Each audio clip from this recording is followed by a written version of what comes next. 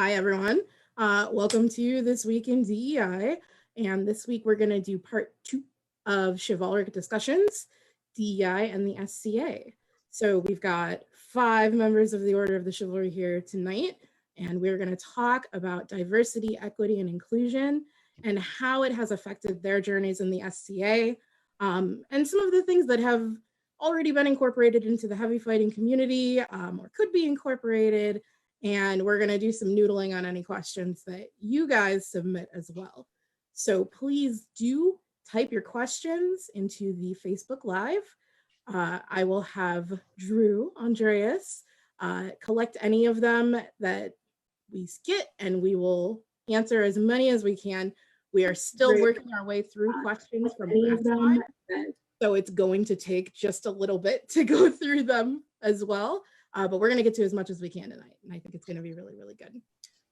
I have to do these disclaimers. So the views and opinions expressed by the panel/interview/class participants are their current opinions and do not necessarily reflect the official policy or position of SCA Inc. No participant is assumed to represent any community at large. They are speaking to their personal experiences, research, and opinions only.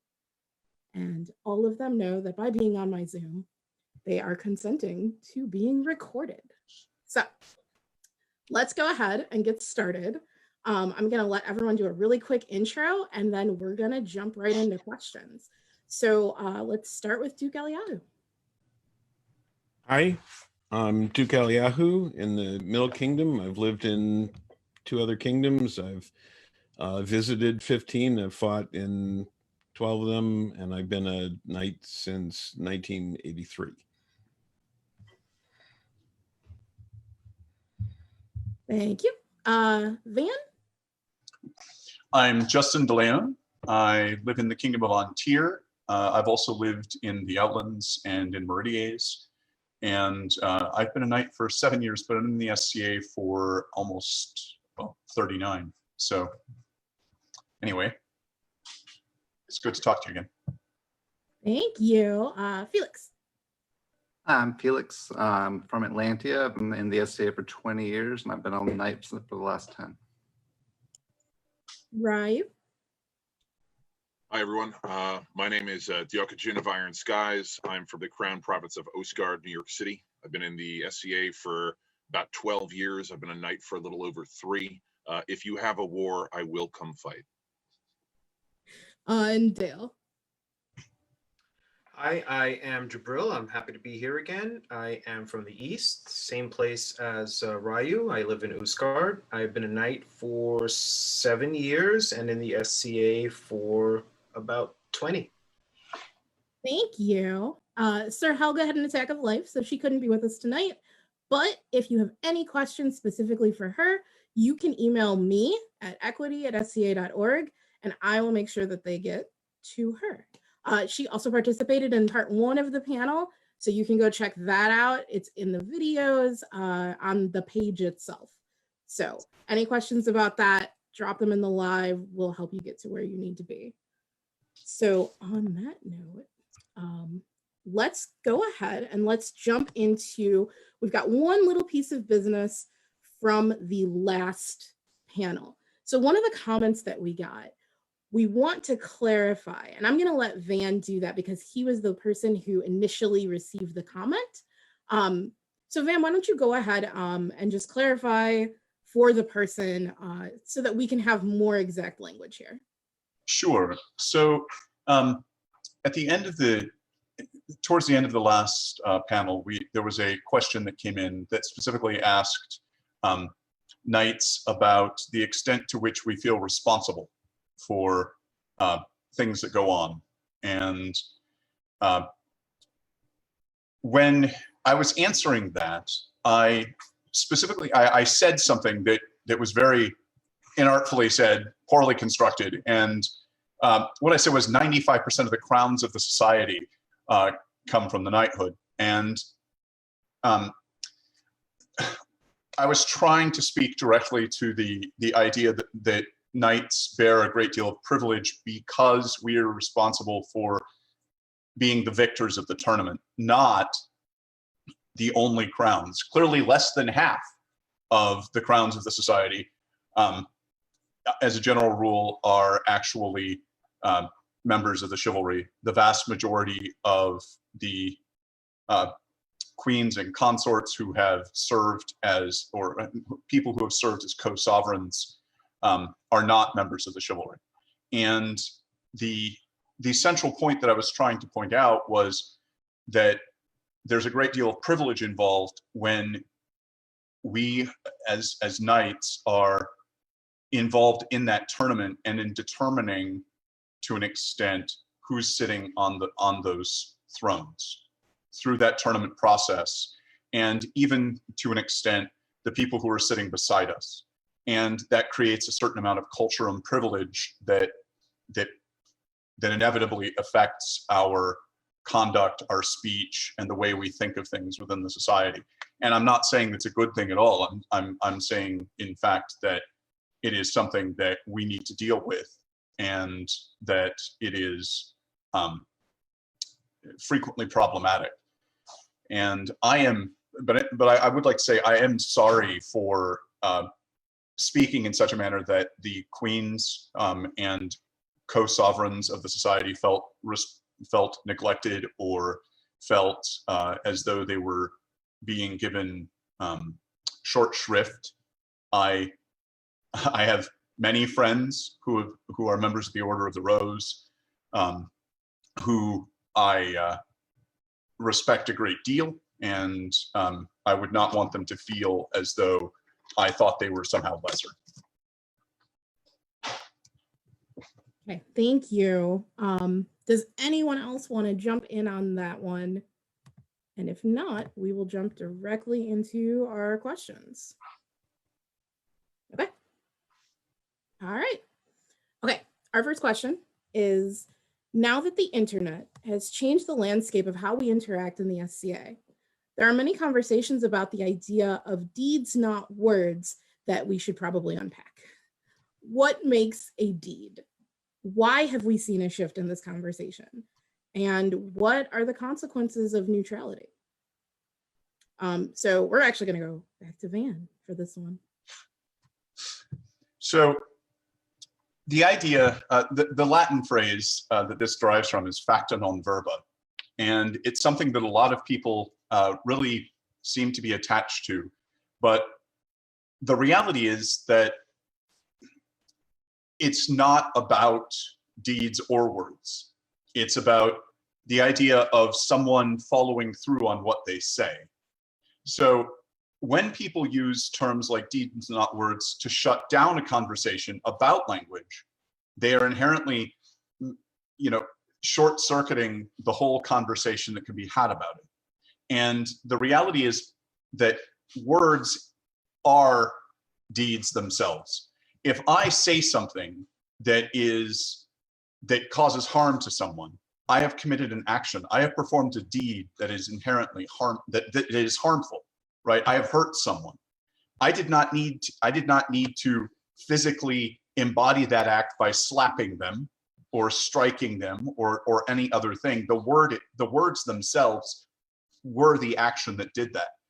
In today, as people communicate more and more in an electronic and virtual setting, one of the things that we have to deal with as a culture, and one of the things we have to deal with as a society and grow in the SCA and outside of it, is the extent to which our words now have broader coverage, I guess is the best way of saying it. If I say something on my Facebook page, right? If I say something in a Facebook group, those words have the same impact as though I said them to your face.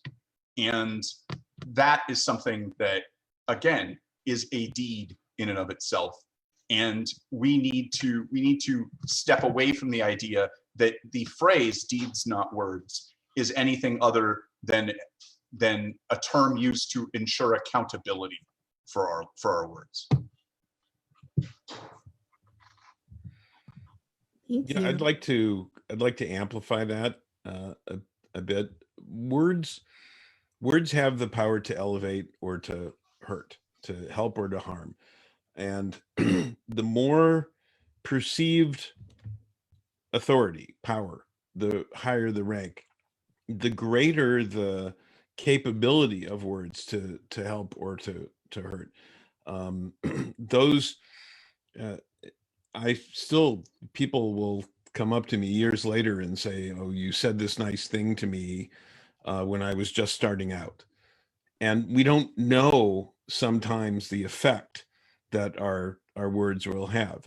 And an unkind word will be remembered as well. And I think it's important to understand that. And for people who say, well, deeds are important, not words, they are inspired by hearing the Henry V's St. Crispin's Day speech. And we'll cheer when they hear that. We'll call to hear it again. And people with Norse personas will listen to the sagas. And so there's a great tradition of words having the power to move people, to elevate people, but also to harm people. And so I think that the idea that, well, I don't just judge me by my actions. Well, your silence in the face of something harmful being done or a misdeed, your silence is an action and it makes you complicit.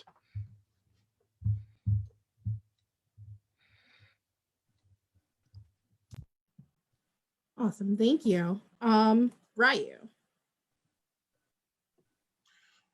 So I'm gonna echo back to both what Van and Eliahu were talking about, where words are in fact deeds.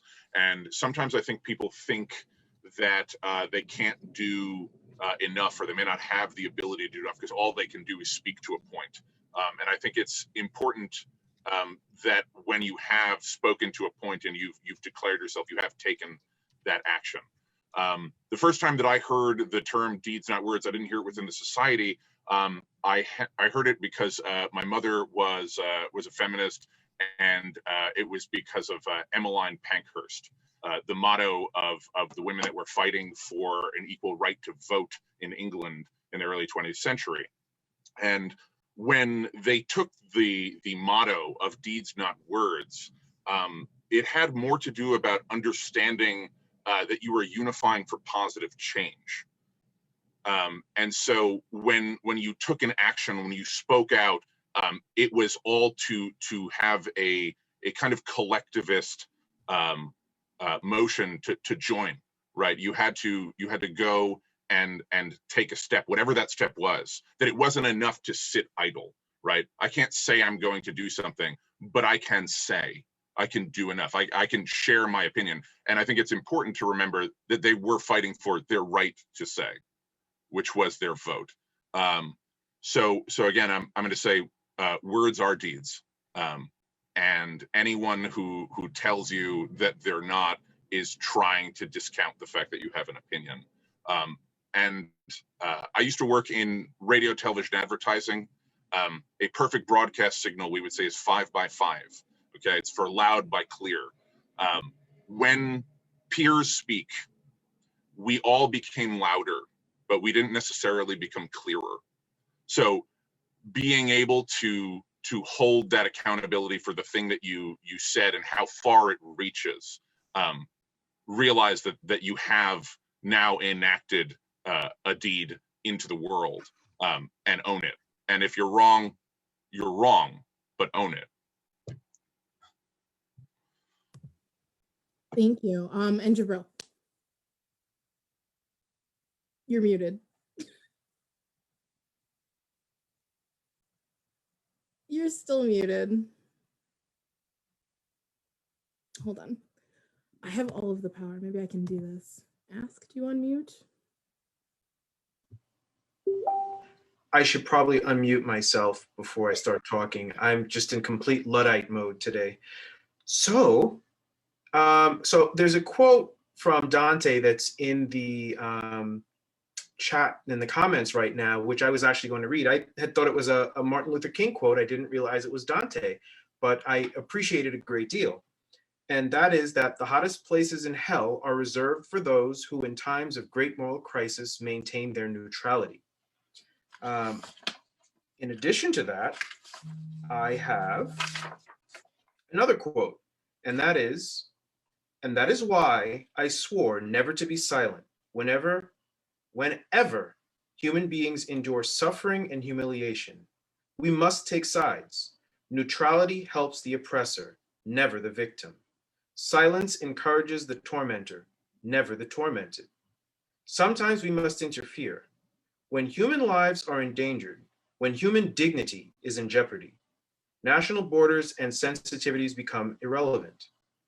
Wherever men and women are persecuted because of their race, religion, or political views, that place must, at that moment, become the center of the universe. And that was Elie Wiesel.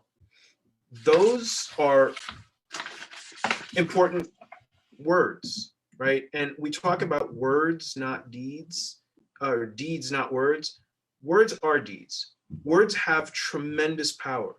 And it is words that has always moved society forward, not the violence, not the unrest, but the words, whether they're words in paper or they're words that are spoken. And I don't think that we should overemphasize the deeds of those who are able to do them over the words of those who speak up. It is important that everyone's power and everyone's voice be equal. And I do think that words are equal to deeds. Thank you. I'm actually going to jump in a little bit on this one. I do have a King quote for this, right? And it's something that I refer to a lot. And it is, shallow understanding from people of goodwill is more frustrating than absolute misunderstanding from people of ill will. Lukewarm acceptance is much more bewildering than outright rejection. So when we, as folks here have established, words are deeds.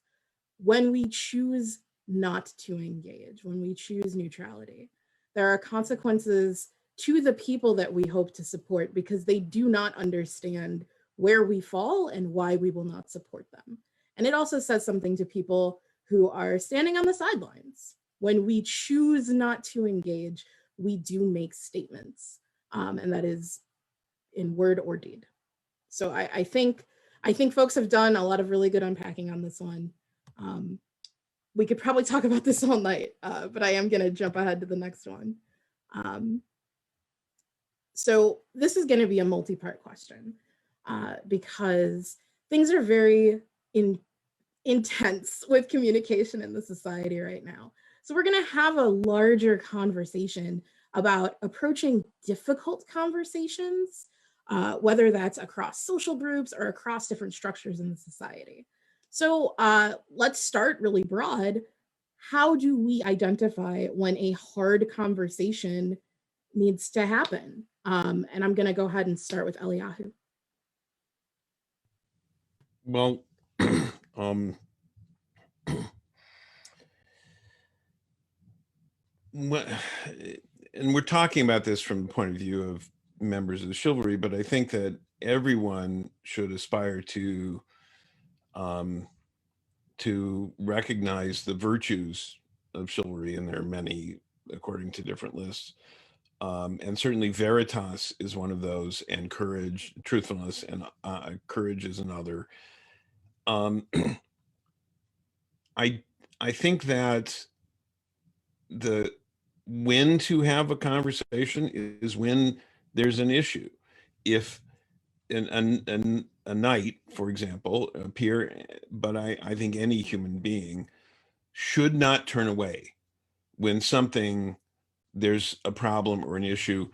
And I know one of my personal rules is if I think I may have a problem with something somebody did or said, my first step is to go to them to see if it happened, if they said it, what they meant, what the context was.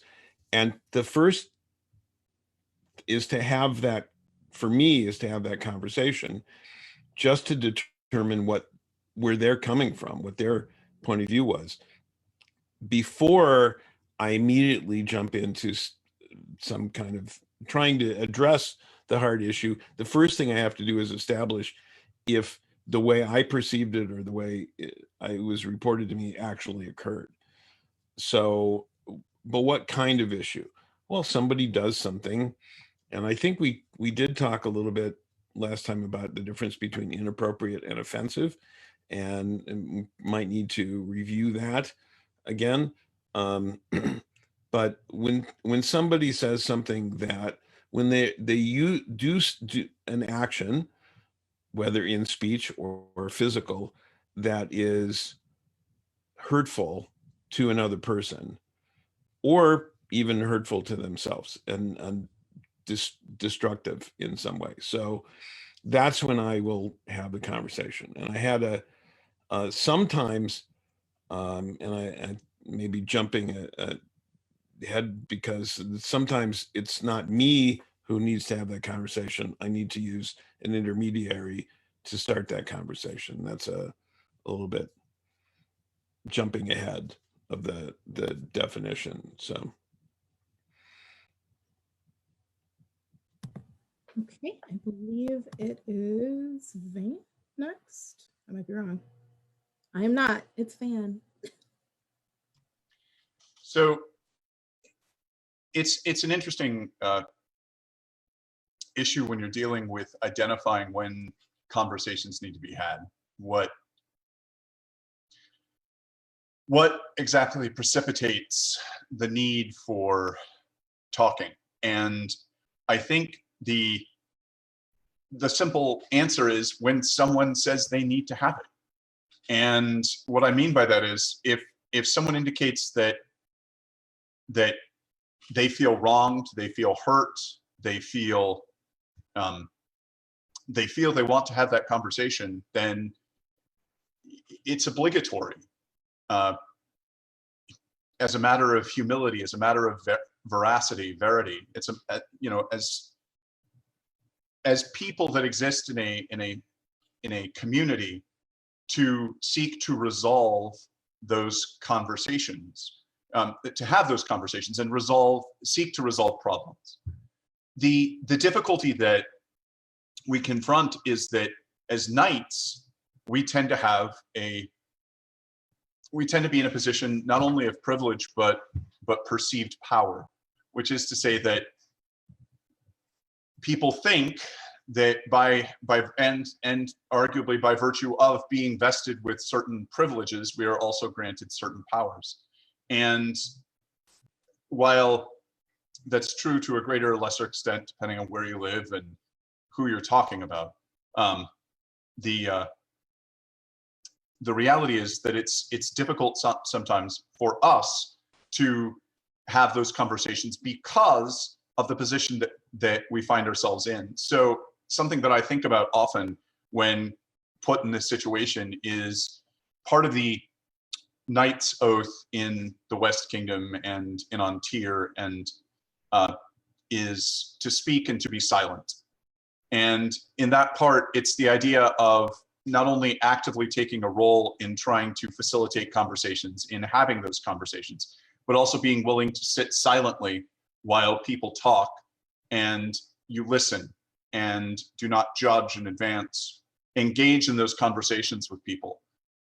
Sometimes, if you're going to engage in this kind of conversation because you personally have experienced something, an incident of bias or an incident where you feel that you need to be able to speak, it's hard to do, but sometimes you have to involve a third party, especially where with the dynamics of an organization such as the SCA, we have to sometimes seek out people to assist us because of the hierarchical structure. And while I prefer that wasn't necessary, I prefer we were all approachable. I fully understand that that's not the case. And sometimes that's the best way to do it, is to take that third party route.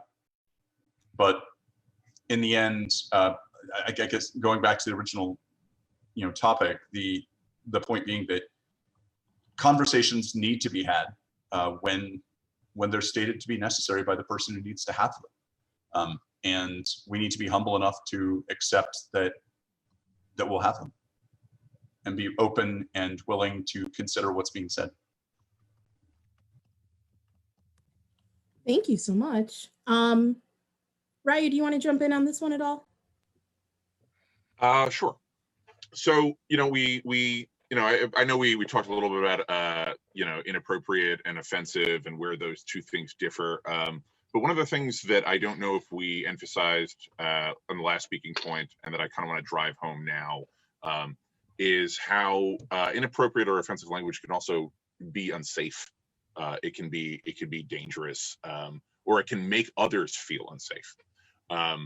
And things that, you know, you think to be a joke or a comment that you think to be funny, or you don't know why someone is getting upset, the thing that you may not be considering there, especially, you know, when coming from chivalry, who have, you know, throughout the time in this society have earned a portion of their station through their ability to enact violence or enact combat, which simulates violence, is that you can be intimidating people. You can be harmful towards someone who is merely an observer of your behavior, even if you're not directing it at them. If you, the individual, are speaking in a particular way that is, you know, what they would consider to be menacing, and you are a person who is capable of you know, deeds of you know, great physical prowess, they may be less willing to ever confront you on that point, even though you were never sincerely a threat to them. But the fact that you were capable of being both a peer societal threat to them, as well as potentially a physical one, you know, and we very regularly engage in this society with the idea that, like, you know, the knights are the people who are, you know, the ones that we look to enforce virtues. We enforce those virtues. You know, we teach the prowess, the value of it even is to enforce virtues. So when we act a particular way or make a thing that we consider to be a joke that is harmful to another person, we're putting that same level of emphasis of the I am capable of great things, and those things can be terrible. So we should always be very conscious of that fact. Yes, thank you. That was a great summation, because we actually did have more conversation about this. Shockingly, we can all talk, and we did at length on all of these topics after the panel. I'm going to finish with kind of one more note that was in our conversation that I think is worth addressing. And that is the idea that many of us in different positions of power, whether it's members of the Shiv, whether it's people on the throne, officers, what have you, your intent is to make folks feel safe and heard and understood. And sometimes that means that it is not necessarily your place to step in, but rather to offer your platform for their voice. So we occasionally run into the problem of wanting to fix things ourselves, right? I want to step in and I want to fix it for you. I want to take away your pain or your hurt. But it is not always appropriate for us to do so, because sometimes we overspeak the people who should really be able to speak for themselves. And we want to preserve their agency in the situation and their dignity, because often that's something that may have been taken away from them. So keeping in mind that with our privilege comes the responsibility to use it well, to know when and how to engage, I think is a really important point. Okay, so we're going to move on to the next bit of the conversation, which is, so we've identified that there has to be a hard conversation. Now, many of us are not peers who are watching, or are peers but are not necessarily in the same position of power and have to speak upwards to power. So let's talk about that. How do we speak to power about bias or any other potentially fraught issues? So I'm going to start with Van. So I began to touch on it in the last segment, which is that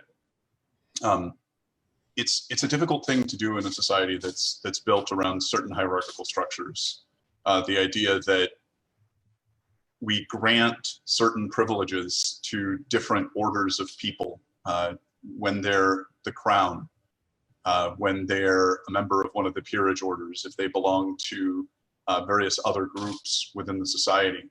We vest them with privileges that then, you know, necessarily creates this hierarchy of power. And this is complicated by the hierarchy that exists in our daily lives, right? To an extent, as a heterosexual man who's 6'3" tall, weighs 225 pounds, is in good health, and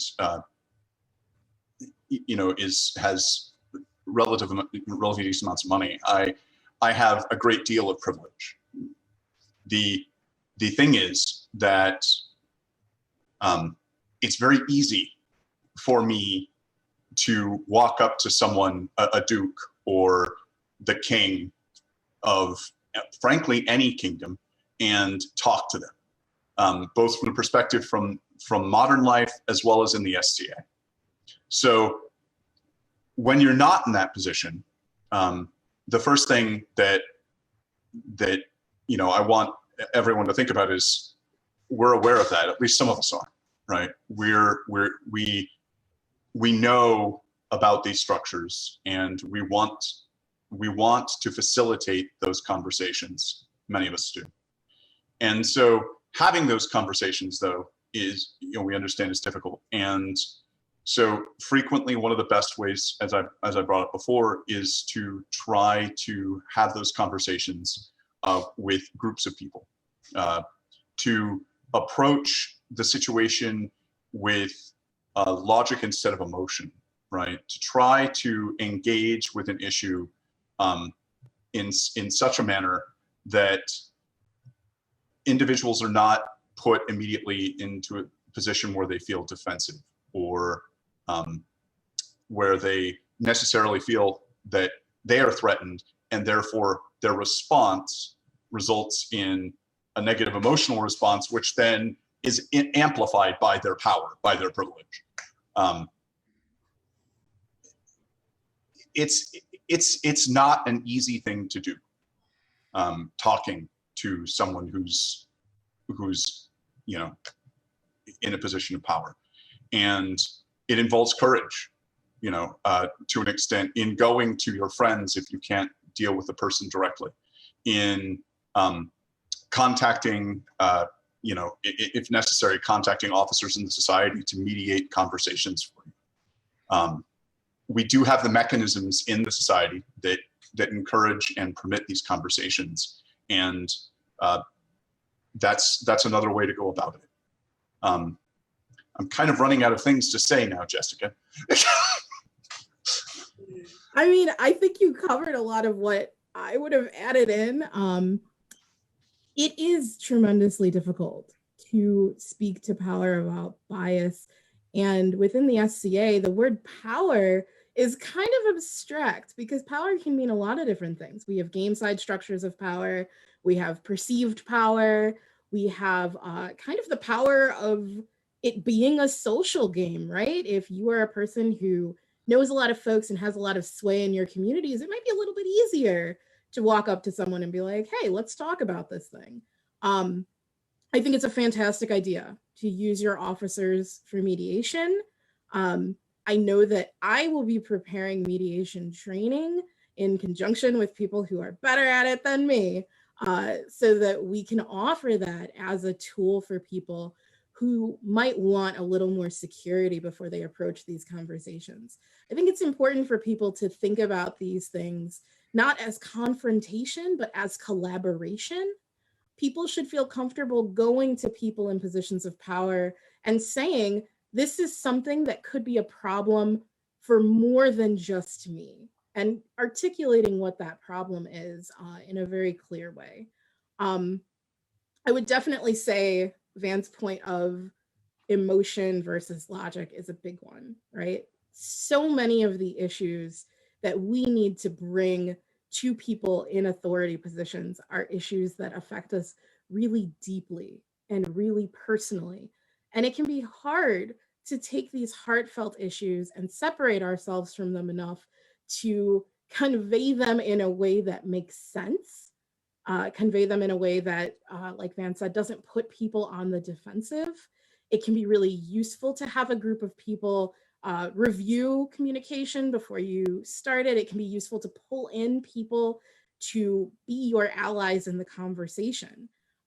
Sometimes it can't be something that you feel comfortable bringing forward. And sometimes it's something that you can go to a friend or ally who will help to bring it forward for you. I think that there's a lot of things in the toolkit to discuss. And I think we're going to be talking about it more here, but there's also a lot of things that you should expect from the people in power responding to you that we will go over as well. So I think this is really, again, collaboration, not confrontation. And I've got something to add to this. In terms of practical tools for having a difficult conversation, I fall back to something I learned from my mother, who I've come to, she talked about courtesy as an action, but I come to think of it as weaponized courtesy, the way she would do it, being able to tell somebody to go to hell in such a way that they thank you for giving them permission to go on the trip. But I'm joking. There are some practical techniques. If you're going to have a difficult conversation, first thing is stick to the subject. And again, be calm, although that's certainly difficult. Stick to the subject. Don't bring in other talk. If it's about a particular incident, about a particular action, about particular words, about particular speech, something, stick to the subject rather than bringing in everything from the past, from years ago, and so on. Don't call names, because conversations often end up with name calling, and that only, I learned that lesson once when in a work meeting many years ago where we were brainstorming ideas, and in the critique part, I said, well, I think that idea is stupid, and then explained why I didn't agree with it. And my colleague said, I didn't hear anything after you called me stupid. And I didn't. I called the idea stupid, but I learned not to stick to the subject and to critique in other ways that were not as judgmental, that we talked about effect. Use proper forms of address. Doctor, Your Majesty, Professor, and so on. Use proper forms of address. It's a means of showing respect, and that mutual respect is a basis for can be the start of having a difficult conversation. Don't interrupt. And that's very difficult when emotions rise. And sometimes a moderator is very useful, even necessary, to make certain that people are actually having a conversation, not trying to talk over each other. And don't raise your voice, because if it just gets louder and louder, it's people aren't they're talking, but they aren't listening. And those are, I endeavor, imperfectly as we all do, but I endeavor to follow those rules. And I've had difficult conversations with people about a lot of things. But sometimes using an intermediary is important. In a work situation, an executive used a slur, an old slur that was not in fashion anymore. It had come to mean something else.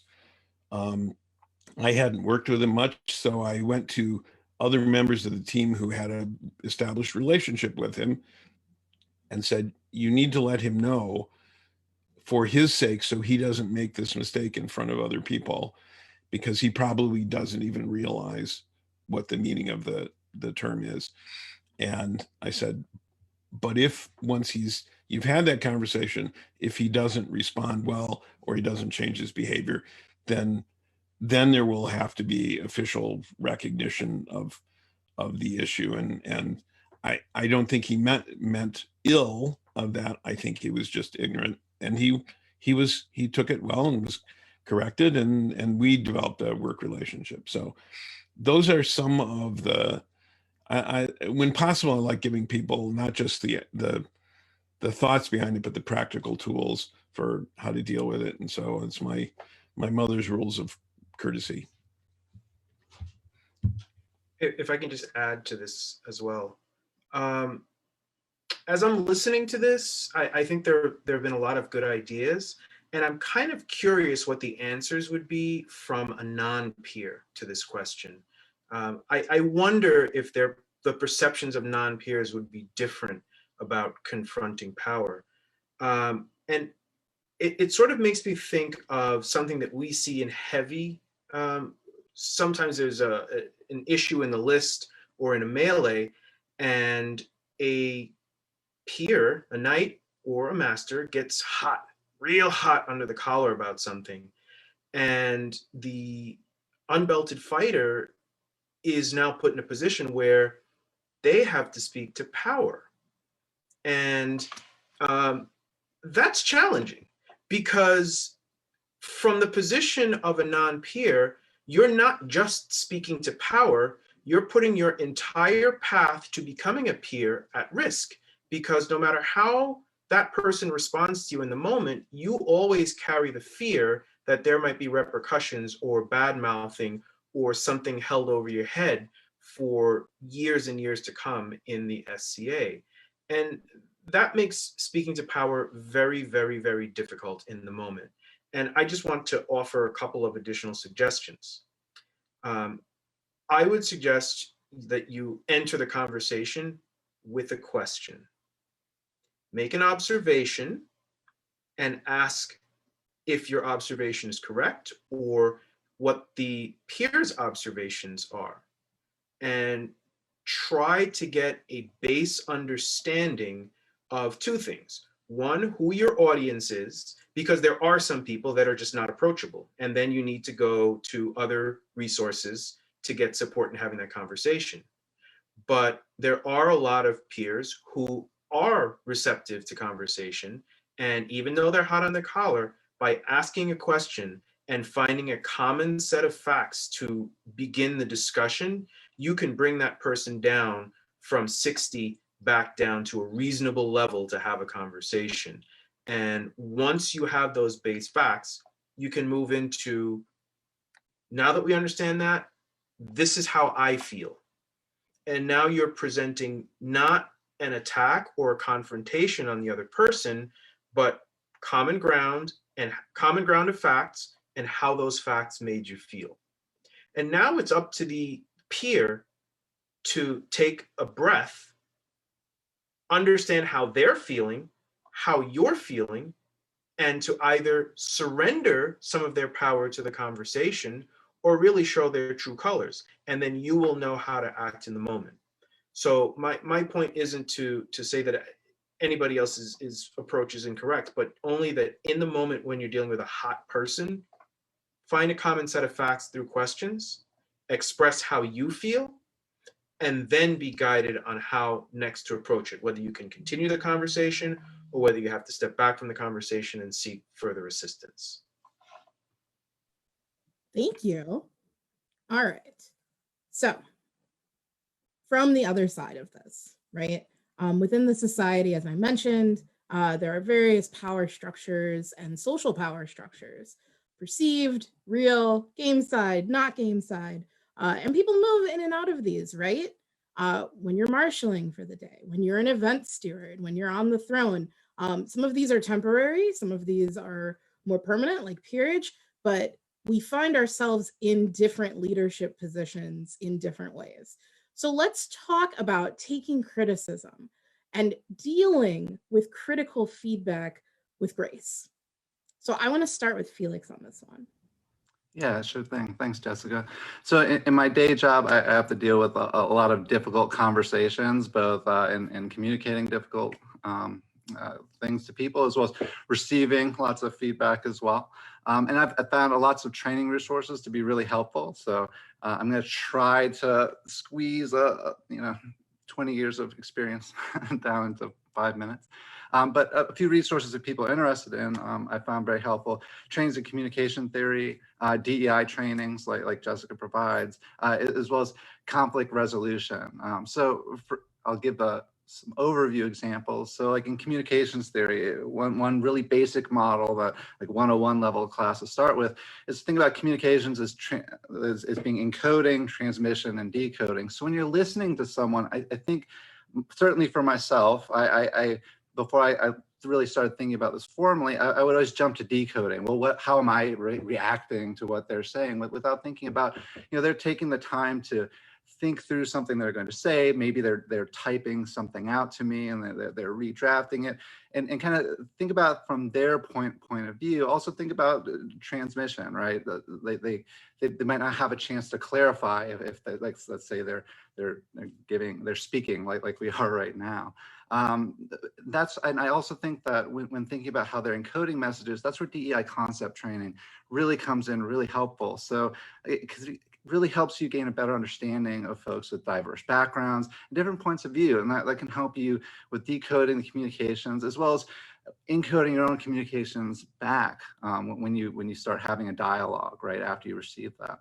And then kind of the step after that is what do you do after you've kind of received their feedback? I think this is where conflict resolution comes into play. So after receiving the critical feedback, you usually want to identify what to do. So in some cases, and there's formal structures and trainings on this, but sometimes you've just made a mistake. Let's say you were using, like in Eliahu's example, someone who's using a slur and they didn't know that it was a slur. Well, in that case, we want to engage in what is sometimes called accommodating. I made a mistake. I'm just going to stop doing that, right? But there's going to be other times where there's multiple viewpoints that need to be factored in, and sometimes that can result in needing to collaborate, maybe mediate, as others have said before. Earlier in the training here. But sometimes we also might need to result in compromise or collaborate to come up with problem solve, to come up with a solution. I have some practical tips, right? Some quick tips. One, it's really important to let people talk. Someone else has said that already, but to really understand where people are coming from. This is something I struggle with quite a bit. I need to hear people all the way out, because what I want to do is jump in and start solving their problem, but they might not fully articulate their problem. And part of what you're trying to accomplish as well is making sure that the person feels heard. Even if you jump through and you really do address the root issue, if they don't feel heard, that's an issue all by itself. Another one, don't make excuses, and definitely don't interrupt people and make excuses. Try to take extreme ownership of your actions. I think Van did a really good job earlier on here, just acknowledging the effect that those words had, and trying to clarify there. Definitely didn't make any excuses. And then think about criticism as opportunities to grow, okay? That being said, be ready to do some of the legwork yourself. So oftentimes marginalized groups are put in situations where they have to identify a problematic behavior, think about a way to communicate, then they have to educate why it's a problem, and then engage in the solution. But there's finite time and emotional resources to do this. And sometimes that results in people not even bringing issues up in the first place. So this kind of means that we miss opportunities to get better. So one thing you can do is go to people maybe in those marginalized groups. Maybe the person is communicating to you, maybe someone else in that group. They can be good resources, but be sensitive to the fact that they might have had these types of interactions hundreds or thousands of times. And there's the burden of all this frustrating, hurtful interaction. So understand if they might be blunt or emotionally charged with their responses. That being said, there's lots of other great resources out there, including Jessica and her great DEI trainings, to help you kind of better be able to understand things and to kind of understand the feedback that's being given to you, as well as like starting to think through potential solutions. And I have just a little bit to add to the communication theory idea. It's something I deal with as well, that in the encoding, transmission, decoding, Jibril talked about asking a question, and so encoding what you're trying to say as a question, and that's a very useful if you're speaking to someone. If you're on the receiving end of that communication, between the transmission and your decoding of it, in other words, between input and response, you have a moment, you have a decision point. And I recommend that, particularly if the conversation is difficult, take a breath, extend that time between the input and your reaction to it, so you can then calm down and have a calm conversation about something that could be more productive. So between that input and response, the encoding, the transmission and your decoding of it, you've decoded it, but don't immediately give feedback, because feedback is the next part of that in communication theory, the encoding, transmission, decoding. Feedback, which has to be encoded and transmitted. Take a breath, pause before you react. Don't just react to it. Think about it. Slow down, take a breath, think about it before you react. Okay, thank you so much. I've also got Jibril for this one. Yeah, so you ever watch a TV show and you see someone have some sort of problem? It might be on a comedy or a drama. They've got some issue and it gets identified in the show. And by the end of the show, the issue is called out to the person. They have acknowledged it and they've promised to fix it. And in every episode that comes afterwards, you never see that problem again. We're constantly like fed this idea that problems are just supposed to be fixed instantaneously. And that's not a thing. It's just not a thing. You may have to hear feedback many, many, many times, not just the one time in the moment before you can actually make change. Like everything else you do, it requires practice and repetition to change behavior that's problematic. Thank you. And I like that example a lot. I do think that we need to keep in mind the idea, two things actually. One is related to that. You must be forgiving to yourself when you do revert back to potentially problematic behavior. Speech patterns are really, really difficult to change. We repeat what we hear. We often grew up saying certain things in certain ways, and that's what we go back to. So being aware of that and understanding that you may hear that critical feedback that might have been a little bit hurtful more than once. And you must always respond in a measured way if it is fair criticism. Another thing to remember in difficult conversations, and it's something that I struggle with a lot myself, is what is the goal of the conversation? And by that, I mean, are you having the conversation because you want to prove that you're right? Or are you having the conversation because you want to solve a problem? Because for many of us, particularly people who are strong arguers, good with rhetoric, good with debate, I can win a conversation, right? I can come out on top. I can make points that people can't necessarily respond to.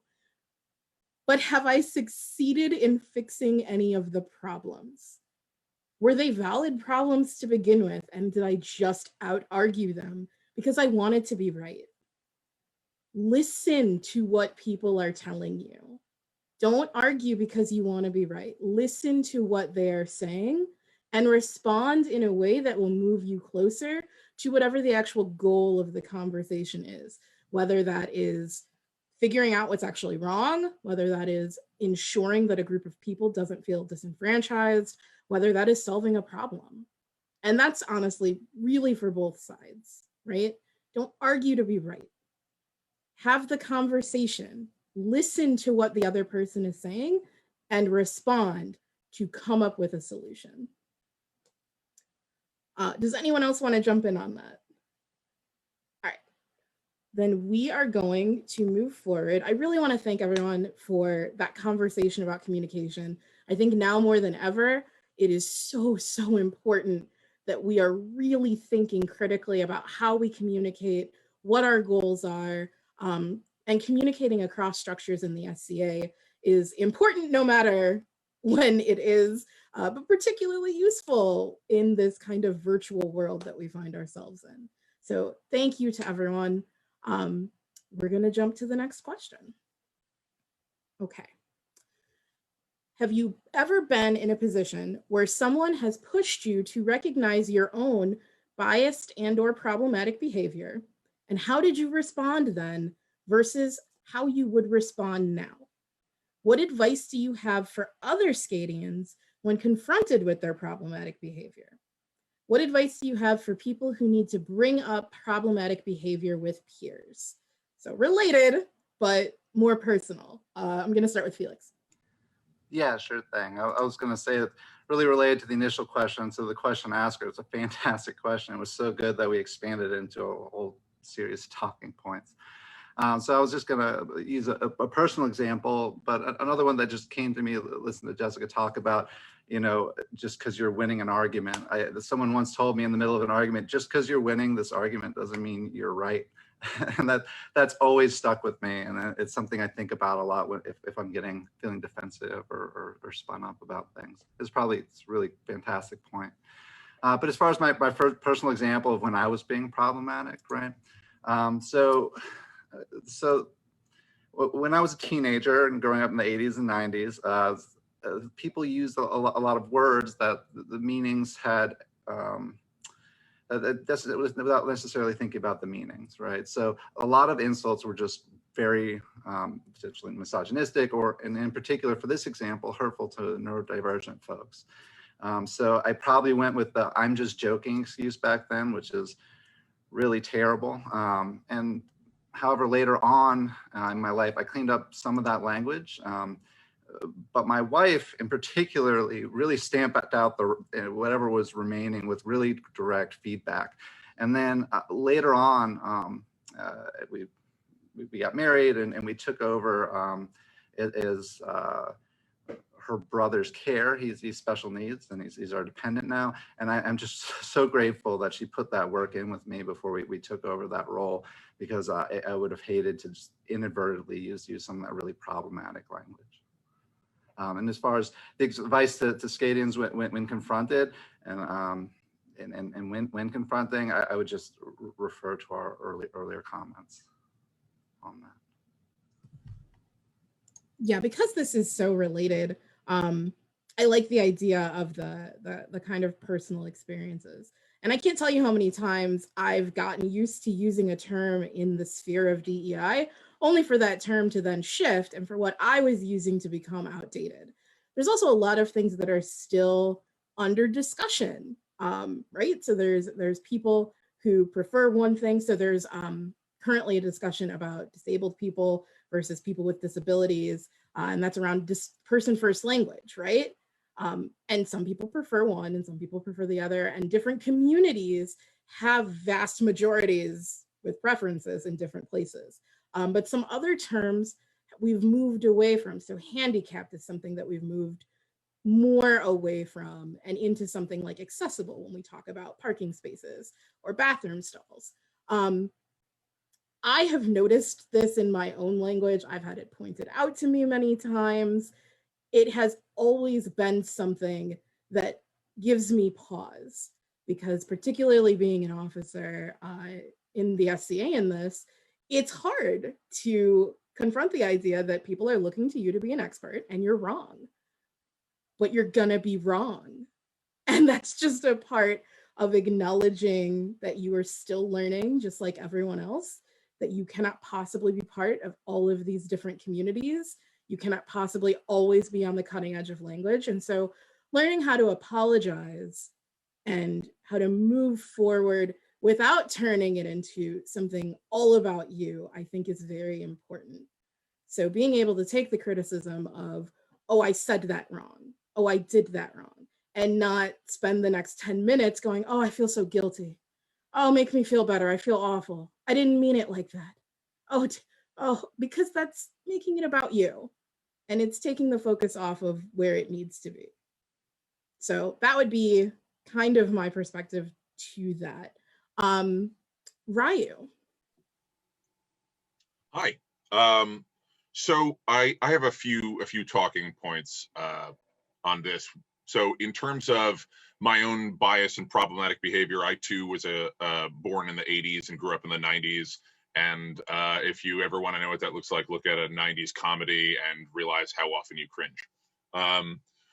But one of the things for me that was very eye-opening was that my knight's child is non-binary. And when they came and spoke to this originally, there were a lot of us kind of looking at our hands like, what?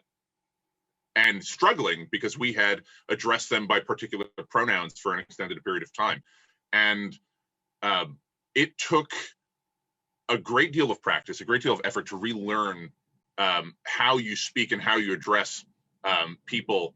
And so we finally have it on lock. We finally have it on lock. But it took them constantly having to tell us, hey, these are my pronouns. This is the way that I wish to be addressed. Which, brings up kind of my second point, which is that kind of burden of education. That the people who are in these positions,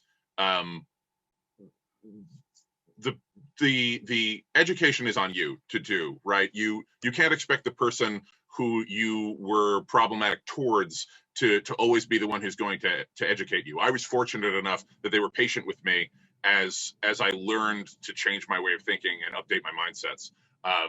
So like the internet is vast and there are many ways that we can look up. And if someone is patient with you and they offer to give you information of how you can do better or be better, take them up on it.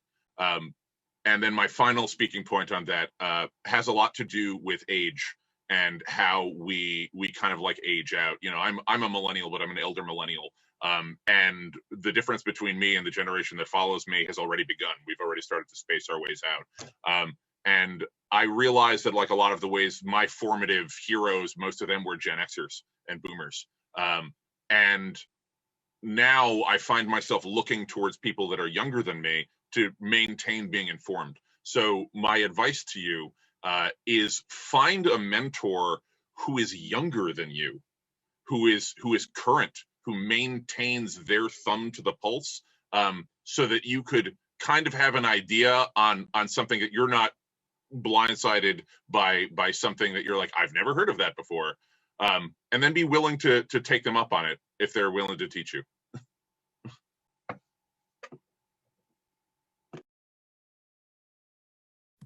Thank you so much. Sorry, I scrolled away on my sheet. Okay, so that was excellent. I very much like the idea of the generational concept.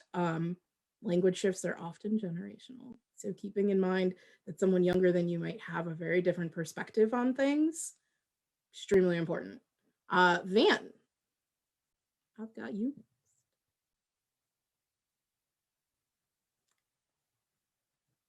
Sorry, I was considering the whole body of questions and seeing what people were saying. So when we're talking about situations where our own bias is exposed, I guess, the best one is something that I referenced last week, which was, it was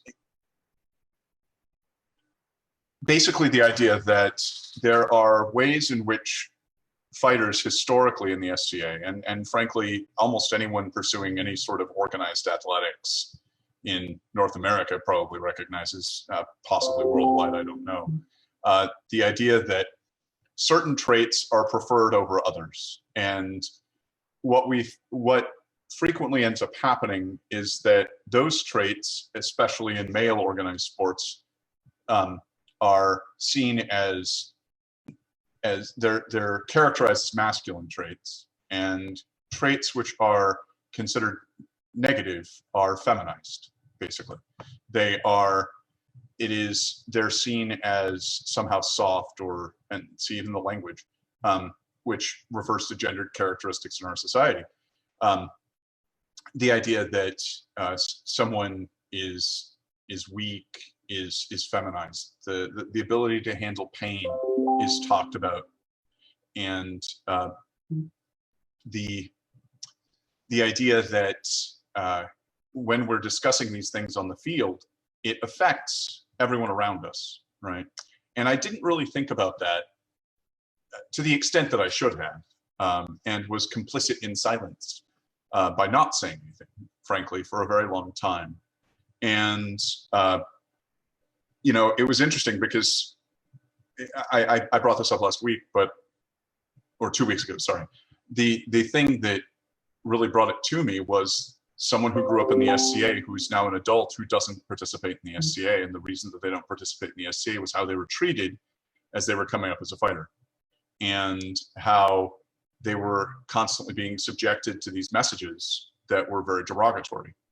And it marginalized them as a person because they weren't being as overtly masculine, as overtly violent, as overtly strong as the people who were teaching him to fight wanted him to be. At least that's what they were claiming. And he posted about it on Facebook, and I thought about it for a while, and I had a conversation with him about it.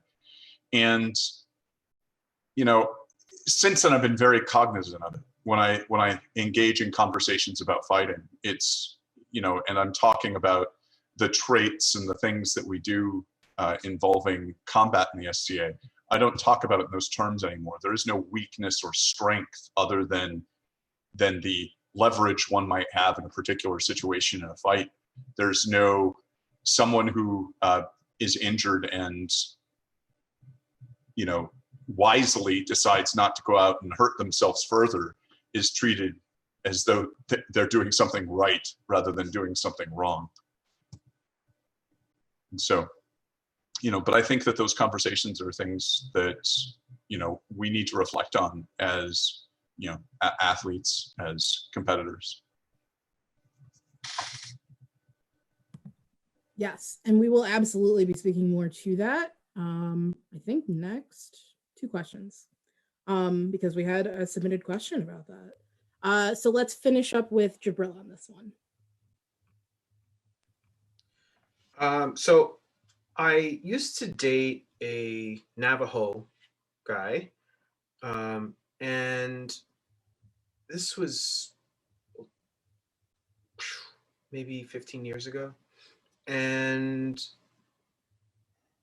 I would often use the term savages, not about Native Americans, but in reference to people that pissed me off, like when I would have road rage.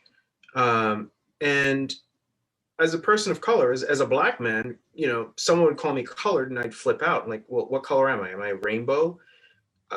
I was conscious of the correct and incorrect terms to use for Black people.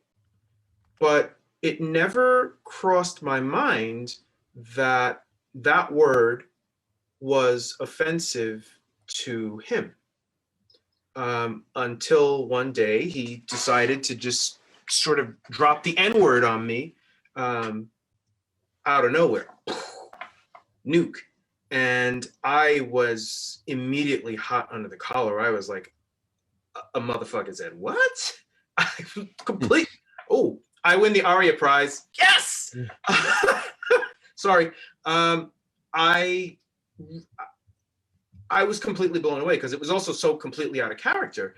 And we ended up having a conversation where he explained that he had been enduring this throughout the time of our relationship without me having the slightest clue how I was using a term that was so deeply offensive to him in such a casual way. And it never crossed my mind. I stopped, but it's always made me focus very much on the use of language, the pejoratives, the terms that we use that we take so casually. It's a conversation that Ryu and I had not long ago about the Roma and how people are very casual to throw around pejorative terms, which I won't use. And it's something that I've always focused on, and it makes me realize how millennials, younger generations, millennials and Generation Z are really comfortable with the fluidity of culture and changing words and changing language to be appropriate and sensitive to the people that they encounter. But Generation X has to work at it, and baby boomers has to work at it even harder, because for us, these things didn't change. They were just sort of taken for granted, and you just didn't think about it unless it affected you personally. But that experience has made me really open my eyes to being much more cautious about the language that I use. And when I hear, even if it's not something that I'm involved in or directed at me, when I hear that there is a term or part of our language that has shifted and is no longer appropriate, I try to make a point of addressing that myself before I run into the situation of putting my foot in my mouth. Well, at least over that, I'll do it for something else.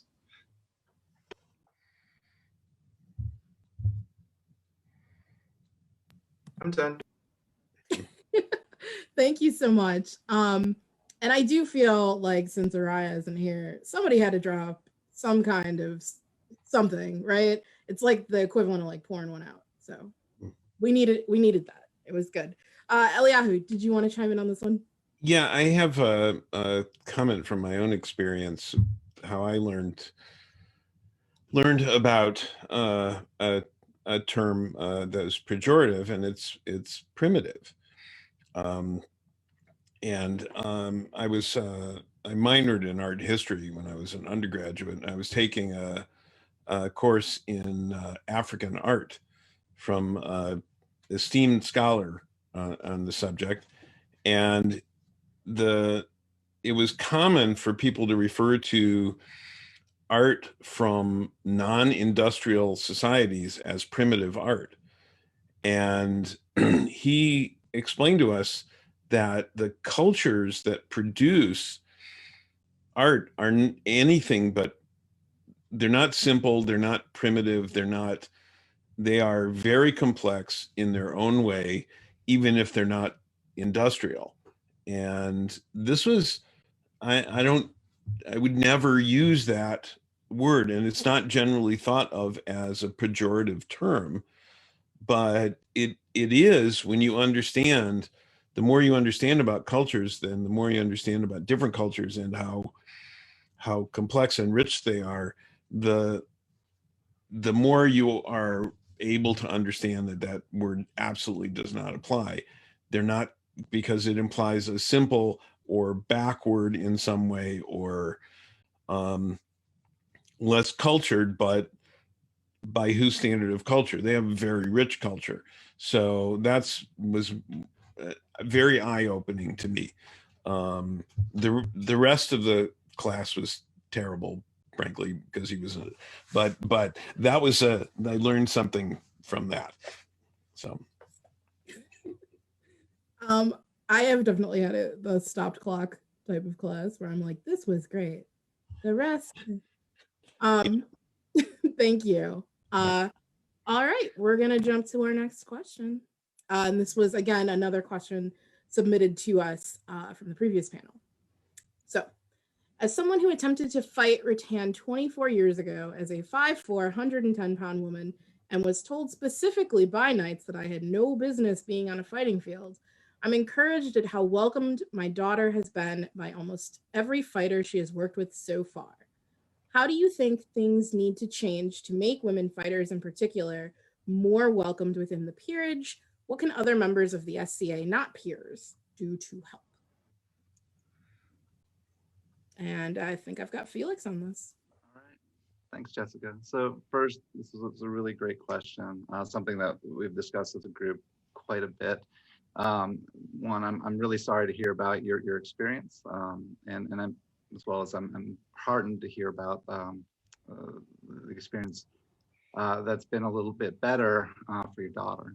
So as far as ways that we can make things better, it's a huge topic that kind of encompasses our society at large, as well as the SCA at large, and then within the heavy fighting community. I will reference a few really great resources. So one's the Female Knights Roundtable 2020. It's on Facebook, they post it on YouTube. It's like 9 hours of videos across 7 different topic areas. It was fantastic. I just binge watched it Netflix style. Anyone that's interested in this, I would absolutely recommend it. It's a great resource. My Kingdom's also put on some trainings as well. We had a virtual event called Pensick in the Backyard, as well as our university, and we had some female fighter track, both for heavy fighting, and then there was some that spoke to the rapier side as well. So speaking for myself, I'm very cognizant of the fact that I'm speaking on behalf of a problem with female fighters. And part of that's reflected in the fact that there just aren't many members of the chivalry that are female, and they're also underrepresented on heavy field generally. So it's still a problem. I will kind of speak through a few of the things that I've kind of learned as I'm kind of in listen, learn mode, and starting to move into kind of addressing some of these problems. I'm going to kind of do this a little bit within the frame of DEI, right? Since that's what we're talking about here. So those DEI concepts. So for diversity, I've taken a lot of diversity trainings that have had really good applicability to working with lots of different types of folks when training them for heavy fighting, including gender. So a lot of that gets to individualized coaching differences. So for example, I took a training for my day job on social intelligence, and it went over all different types of learning styles. And so some ways that may work well for one group might not work well for someone else. So some people are good kinesthetic learners. We tend to call those people natural athletes. They can learn by doing an action. But others learn better by listening, speaking things through, reading or seeing. So it's really important to not be dismissive of other people's learning style. Like sometimes just because it works well for you. So people will say things like, you can't learn things out of a book. You have to learn it by doing. Well, that might be true for you. It might not be true for someone else. And it's also very important because sometimes some of those learning styles that people have been socially conditioned with them. So that gets to my other example, which is like universal cues. So that's kind of specific things that we say to a student to get a desired outcome. So I'll use a non-fighting example for folks that don't fight. So like people that do weightlifting, they might teach someone how to do a squat, where you put a barbell on your back, go down, go up, right? Pretty straightforward. And people will do these things with universal cues where they'll be like, you have to have your feet so far apart. And that's really determined by hip width, and women tend to have wider hips. So you have a lot of men out there that are kind of giving advice that only really work well for men. And in heavy fighting, we do this all the time too. And a lot of times we do it speaking to our previous experiences. So an example would be like always using football references. And when football is another sport that's dominated by men, right? So kind of moving through DEI, the E, equity. So equity, I'll just read off the definitions. The state, quality, or ideal of being just, impartial, and fair. This is really difficult concept for me to think about and apply to martial arts and physical competitions because they're inherently unfair, right? However, that roundtable made really good points that actually hit directly into equity. So things like oftentimes loaner gear at the local SCA groups isn't well suited for female fighters, as well as some instructors may focus not enough attention or way too much attention on female fighters. And so there are other examples, but those are 2 examples represent a lack of equity right from the beginning, as well as something that will unfortunately track somewhat people throughout their martial experience. And then inclusion, which is fostering more receptive, supportive culture, right? So instead of thinking about equality, which is maybe some people are like, I just treat everyone the same. Well, instead of thinking about that way, think about people are individuals. They have individual needs. And so think about what their needs are and how to support them, and also avoid things that might alienate them. And specific to that, one thing that I hear quite often is just the words we use. So pronouns, gendered words, as well as misogynistic words and slurs that we might use. So just unintentionally using non-inclusive words. And it can have unintended consequences. So like one example, it's kind of the question asker brought up, and the people have brought it up in conversations, is sometimes if you overemphasize, you need to get stronger, or these fighters are really good because they're big and strong, and so you need to be stronger, you need to be bigger. That can really be taken directly as you're not strong enough and you don't belong here. When in reality, that might not be the case. They might just need to think about a different set of strategies, tactics, and sports skills to bring to bear on the field, right? So all of these examples are things that peers can and should be doing, but also really anyone can do. And again, I would really encourage anyone who's interested in learning more about how to be supportive to check out some of those resources I referenced. Thank you so much. I do want to point out the irony that we are having this conversation without Araya, but we had this conversation about this topic at length, and she specifically wanted me to reassure everyone that yes, absolutely, this is all stuff that she agrees with, can get behind. And also the Female Knights Roundtable is such a good resource. Everyone should go check it out, look it up. It's really cool. These are the people who are going to be able to speak to their experiences firsthand, and I'm hoping that we can continue to give them the platform to do so. So yes, go and look. Continuing on, we have Jibril.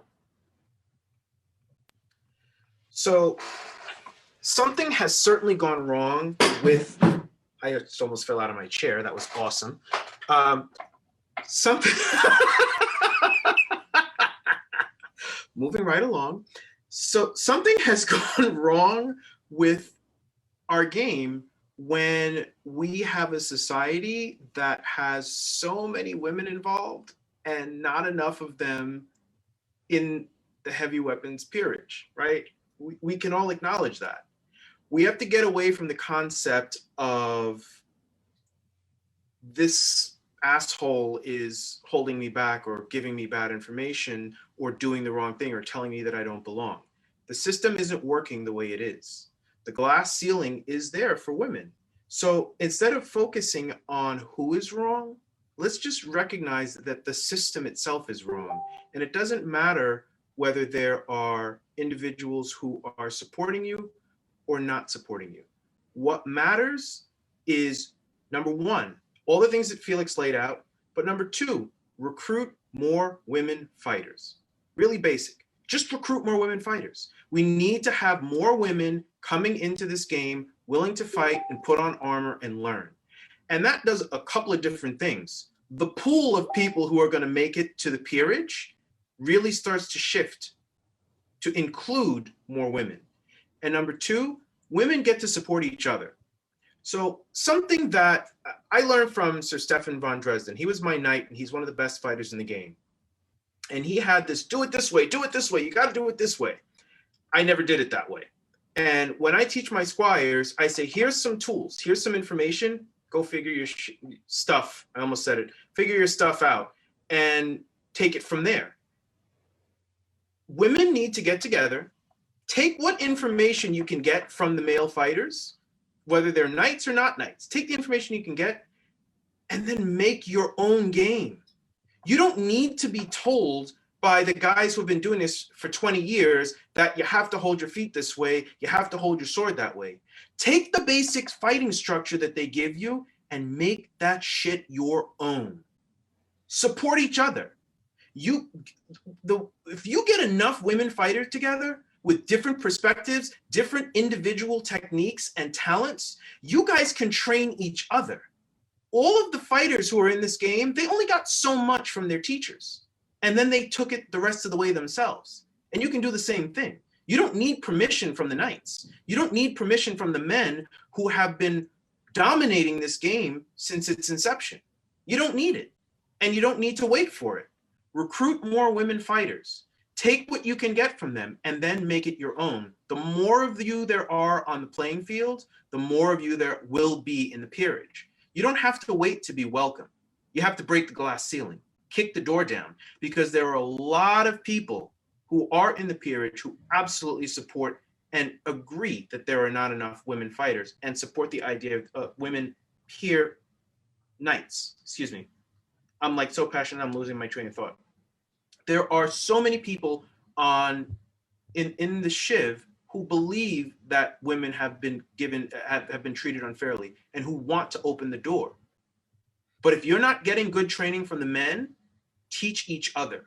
You don't need to sit and wait for our permission. Thank you. And we're going to wrap up with Ryu on this one.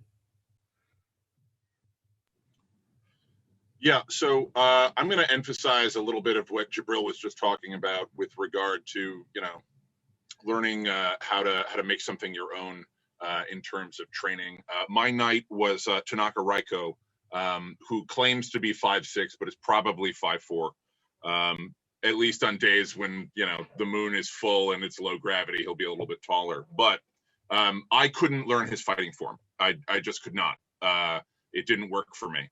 But the thing that I kind of want to emphasize, the thing that I've run into a lot in my experiences, when people say, I don't see women fighters, I only see helmets. I only see a fighter. I don't see a difference between them. And that's either completely true when they say that, or at least a little bit intellectually dishonest, because evidence is usually to the contrary. But the issue with that type of color blindness in being able to not tell the difference between two people is that when you don't acknowledge differences, you don't see patterns. And if you don't see patterns, you can't recognize problems. So when we want to know why we don't have more women fighters, Jibril covered that pretty solidly. But what I want to talk about really is, and focus on, I want the take home to be, is acknowledge people's differences. People's differences, whatever they may be, will alter their ability to learn from you potentially. So you need to alter the way that you teach. You need to realize that, you're a foot taller than them and have been lifting weights for 20 years. Or you need to realize, in my case, that I can't move my sword to guard my head from a thrust position because it's 18 inches farther for me than it was for Tanaka.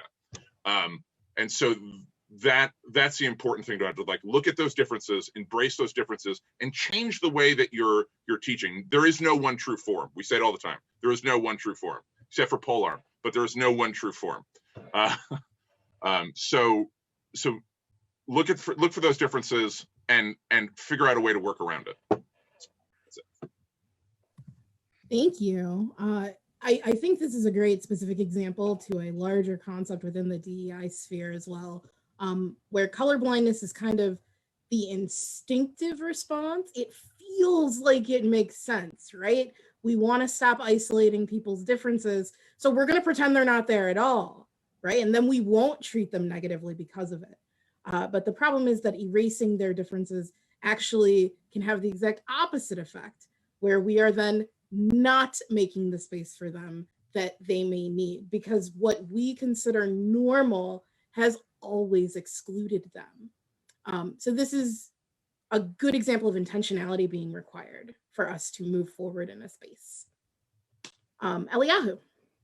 Yeah, I'm going to put in a plug for the Coach's Corner, because it's relevant to what we were talking about, because the skill of teaching is not the same as the skill of fighting. Not everybody who can fight well can teach well. And so what we have done is, and it's the Coach's Corner has an episode every Friday night at 8 p.m. Eastern. You can find it on Facebook. And we have a group of some of the best teachers of SCA fighting in the known world, covering lots of different subjects every week, a different subject every week. And we talk about how teaching, training, coaching can be focused on the student and their needs rather than how we want. It's about how they need to learn rather than how we want to teach. And so we've got some really good people there. We talked about learning styles. We talked about lots of different methods. The episode last week was about working with neurodivergent people with PTSD, and training them. So there's a lot of content there. All the episodes are online. So if people want to find another resource specifically focused on their own learning, I'm putting in a plug for that because I think it's a good resource for people. Yes, absolutely. All right, thank you, girls. We're going to move on to our next question. Do you see any way of making heavy fighting more inclusive to those with disabilities, visible or invisible? We're going to start with Eliahu on this one.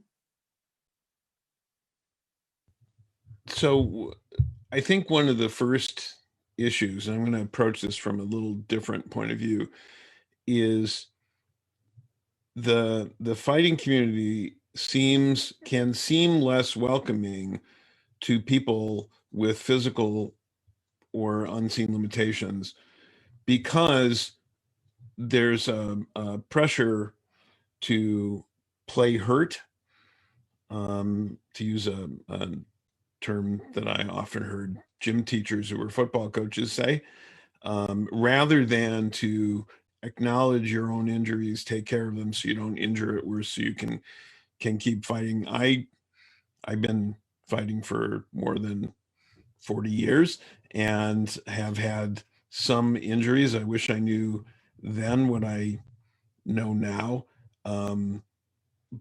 But I think that as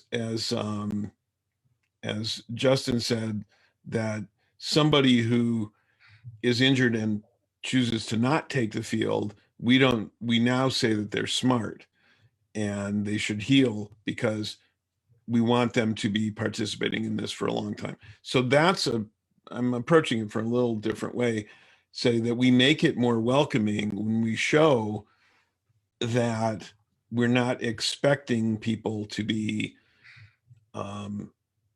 absolutely stoic about injuries, but to acknowledge them, take care of themselves, and to heal and to be healthy and to encourage that. So that's just about creating a more welcoming fighting community for that by being better towards ourselves for our own health. So thank you. I've got Ryu.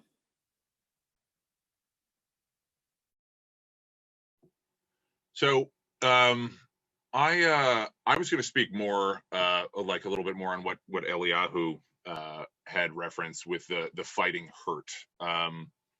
I'm going to reference possibly the stupidest thing that I've ever seen on a heavy list field, and I'm the one who did it, which is at Penzik 39. I injured myself in a tournament, and I did not know how badly, nor did I want to know how badly. I tore my ACL, my PCL, and my posterior medial meniscus. I basically destroyed 61% of my right knee. And the pressure to keep going is always there, especially if you're a martial artist. I was a Kyokushin guy where we always used to say "us," which means through pain. And my behavior was that I splinted my leg with fence shingles and ace bandage and fought for the remainder of Penzik. It was Tuesday when I was injured. I fought for the remainder of Penzik War. There is no good reason to ever do that. There is no good reason to emulate that behavior.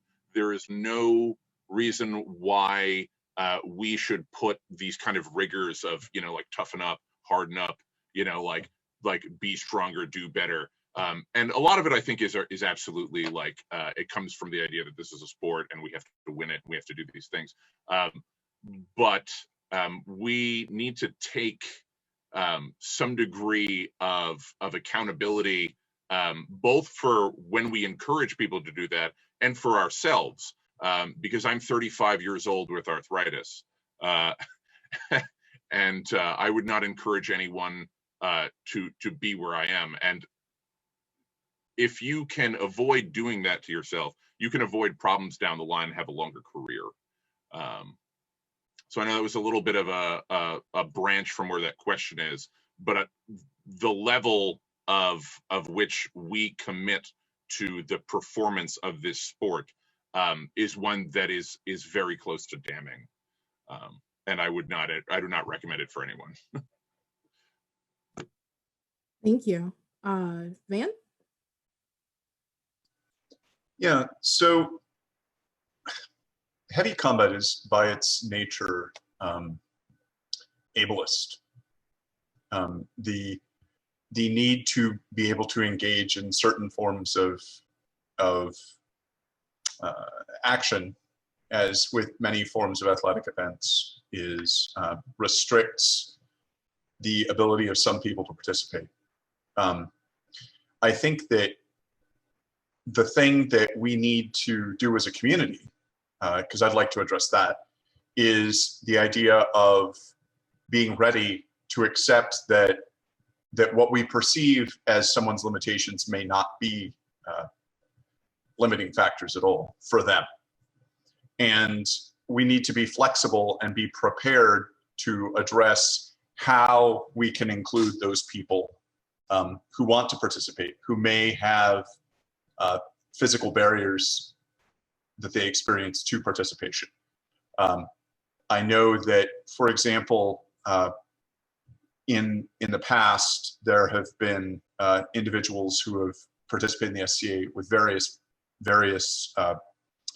physical disabilities, individuals who are confined to wheelchairs or who are missing limbs. The thing that another thing is, there was my personal experience with this was most recently was around someone who was hearing impaired, completely deaf, who came to our practices.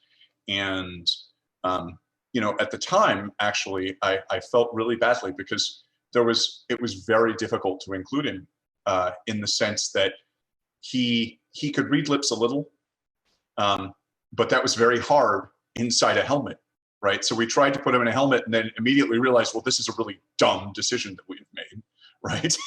Because he can no longer effectively see our lips. We can't see his, you know, we don't know whether he's understanding. And so, you know, he brought a translator the next time, thankfully, and we were able to help a great deal. But those barriers, those things that exist, do make it more difficult for people to participate. And we just need to be aware of them and be mentally flexible and try to approach how to deal with those things in the moment when they're occurring, and to encourage the people around us to participate in problem solving, you know, the other members of the community, in trying to expand the ability of people to participate, because it's a worthwhile sport. I really think so. Thank you. So this is a topic that Araya and I had spoken on a lot. Since she's not here, I'm going to try to highlight some of the salient points from our previous conversation, and she can yell at me later about anything that I get wrong or misquote her on. So there are a few different things, both from within the community as it stands currently, and then kind of also from perceptions of the community that I think are really important. So we need to break down this mentality that we have of people not having any sort of disability within the fighting community, because invisible disabilities are absolutely present at greater amounts than people think because they are invisible, right? So we can speak to the folks that we see with physical disabilities and what they've overcome or how they've been accommodated within the community, but be aware that folks have invisible disabilities within the community, And there's not a lot of talking about it. And there's not as much talking about it as would be needed to normalize it. There needs to be better normalization of the idea of saying, I am not capable of this right now for whatever reason. And then there needs to be respect for those boundaries, and understanding that it's not always the person saying, I need you to change something to make things better for me, but sometimes just the person saying, I cannot participate right now. I can participate later. I can participate in a different way. I think also we need to change a narrative away from the idea that to be worthy to be on the field is to be skilled or to be good. You are here and you are fighting, and that is enough. It is a sport, and there is an intrinsic amount of competition there. But that competition doesn't need to lead to elitism, right? We can participate without necessarily needing to always strive to be in that upper 10% of fighters. And we should not be holding people to standards that will cause them to have to hurt themselves or sacrifice their health and well-being to reach. I think additionally, we tokenize people when we avoid even giving them the opportunity to see themselves within the space. I know it's a sport, and I know that it being a sport has certain limitations. Like Van said, it is inherently ableist because you will need to do certain physical things, and there may not be accommodations around them. But we need to give people the opportunity to find that out. One of the previous questioners submitted something where they talked about how they were told right off the bat they had no business trying to be on the field. That's not fair. That's not giving them the opportunity to find those accommodations, to build a community that works for them, to work with people and collaborate on finding the ways they can safely and happily take the field. So I think it's incredibly important that we shift our mentality in a lot of different ways.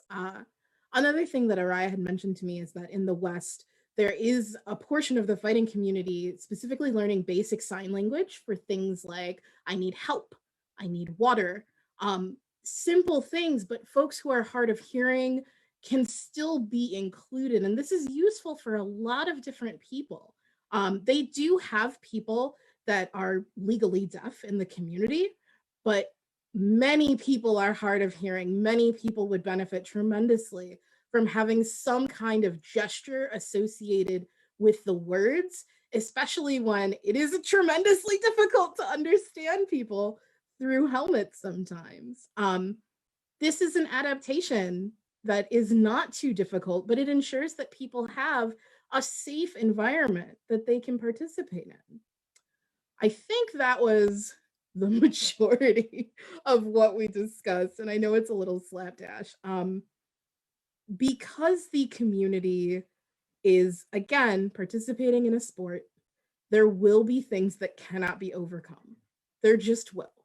But that doesn't mean that we should not try and not involve people in the discussions so that we're not ostracizing prospective fighters before they ever get a chance to evaluate or to make suggestions that they would know better than anyone what would help them. Does anyone else want to weigh in further on this? Okay. All right, then we are going to jump to our next question, which was submitted tonight. This is, I'm just going to go ahead and read it. When it comes to the unique position that swearing fealty has in the chivalry, do you see the strong biases that various kingdoms, primarily Western ones, have against those who cannot swear oaths as posing as an equity issue? Dale, I'm going to start with you on this one. So yeah, this is not much of an issue in the East Kingdom. People choose what they want, and it's, you know, it's not even thought of. It's an inappropriate statement, and the knights who make such a statement need to be taken to task. whether the individual is willing to do that themselves or write to the board or to the DEI person, it needs to be addressed. Corpora gives you the right to choose between being a knight or a master. It is not to be chosen for you. This is a game, it's a hobby, and we get to choose how we want to play it. You don't accept that. And that's one of those things that I think you really have to plant your flag and fight for, because it's just wrong. It's just fundamentally wrong, and it should not be allowed. And the only way something like that is going to change is for people to stand up and fight it. Unfortunately, every kingdom, the shiv is different in every kingdom, and we only have so much influence within our own kingdoms. But if you run into that situation in your kingdom, I guarantee you that I will have your back if you want to challenge that to the extent that I can. It's just wrong. And then Eliahu, did I have you for this one? Yes. So I completely agree with what Jibril said. Corpora says that religious belief, strongly held personal conviction can be no barrier to an office or an award. And so if someone for those reasons is unable to swear an oath, the option is that they're allowed to affirm their service. And I've done this with great officers who couldn't swear fealty to the crown, so they affirmed their service. I personally am of the opinion that somebody should be allowed to affirm their service in perpetuity as a knight swears fealty, because functionally in the SCA, and I know some people will disagree with this, functionally they're very essentially the same. But it's a matter of not swear. You can't say, yeah, I've got your back too. If somebody needs to, wants to take the baldric instead of the belt, yeah, you have the right to do that according to the rules. And if an order or the crown says no, you need to bring that issue up and talk. Now, again, here's an issue of bringing up a difficult situation, talking about a hard subject to people in perceived positions of power. That's challenging, but it has to be done. People have, according to our rules, that is an option. And a crown who would on their own violate corpora is subject to sanction for that, period. That's the way the rules work too. So that option exists. And there's a long conversation we could have on how we would redesign the rules of the SCA if we were starting over. But that's all like a what if speculative fiction story. It's not going to happen, but we can make changes. We can evolve it to improve. But here's an option for people that already exists. That option needs to be recognized, and to not recognize that is incorrect. So Thank you. you're welcome. All right. I'm going to move on to the next question. We have, how do we move from a non-stance, words only, to an anti-stance, words backed by actions? Example, moving from a non-racist stance, I'm not a racist, I'm against racism, to anti-racist, actions backed by intentions to create and sustain change. Knights are very influential and visible just by virtue of the perception of power and position in the society, which would lend that any systemic change cannot be sustained without involvement of knights. And I have Van for this. Well, the simplest answer is only through sustained and regular action, right? We have to acknowledge that the problem exists, and then we have to engage with that problem and take action to change it.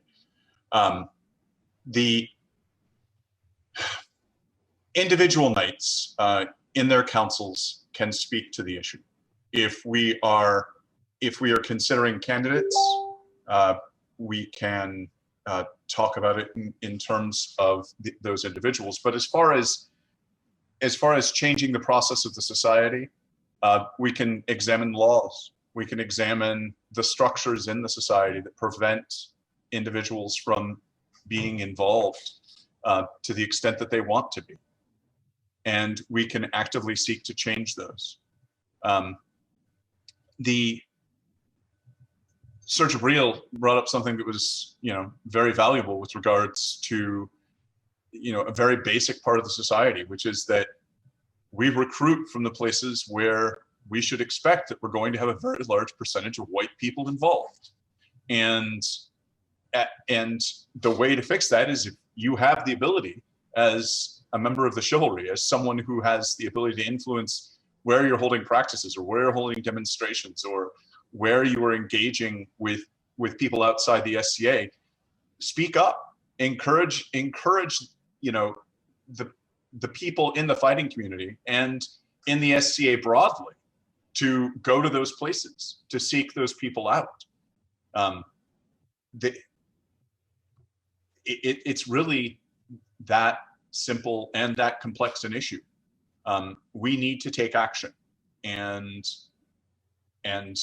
then we need to speak to it. We need to speak to it openly in places like this, in places where it's not as friendly an audience, so to speak, right? In our councils, at events, we need to talk about the lack of diversity and the lack of equity, the lack of inclusion in the society. We need to listen to people's complaints. When someone comes to us and says that they're experiencing, hardship of one form or another, we need to take those seriously and respond to them and respond constructively and enable the society to grow.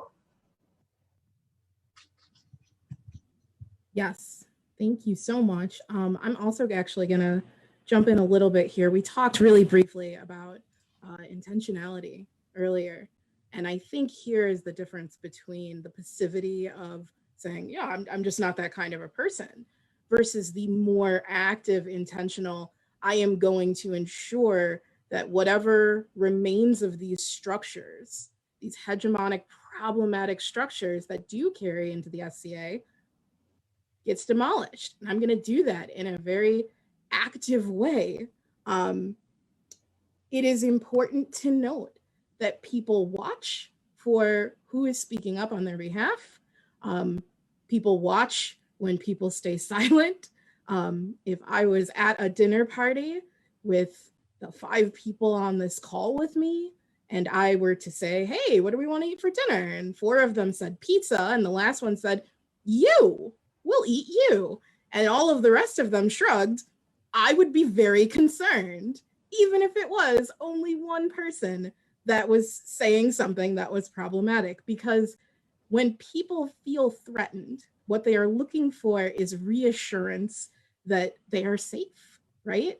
And if we cannot give that reassurance by very actively standing up and combating the issues that need to be addressed, by ensuring that people know that they're not alone, even if there is a problem, that problem is the minority and it will be addressed, then we leave those people wondering, how many more people are against me and aren't saying it right now? So I do think that it's very important that we move from that very passive place of, but I don't do bad things, so I don't need to change what I do, to, I know there are people engaging in bad behavior, and I'm going to be an active participant in addressing it when I see it.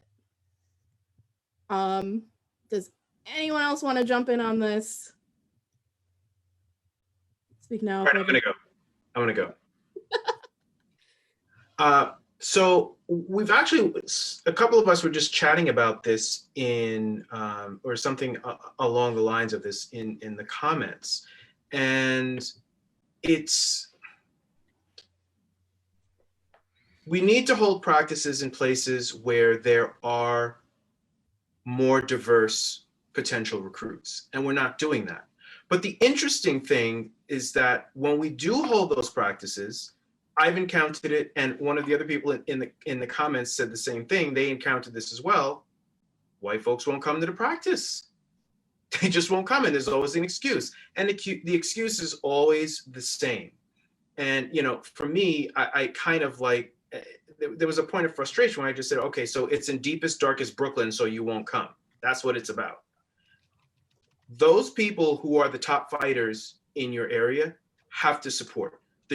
Not just Shiv, but the top Shiv fighters have to support those types of practices. They have to show up at the practices in neighborhoods of color. They have to not go to the comfort zone white areas for practice. Because if everybody's looking to fight those fighters and they're only available in certain neighborhoods, in certain practices, people are going to start to come.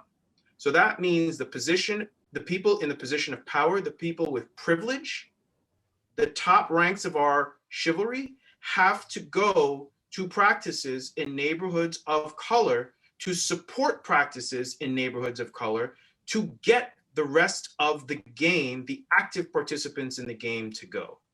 That's how knights make real effective change in the diversity of the fighting pool. Okay, I'm done.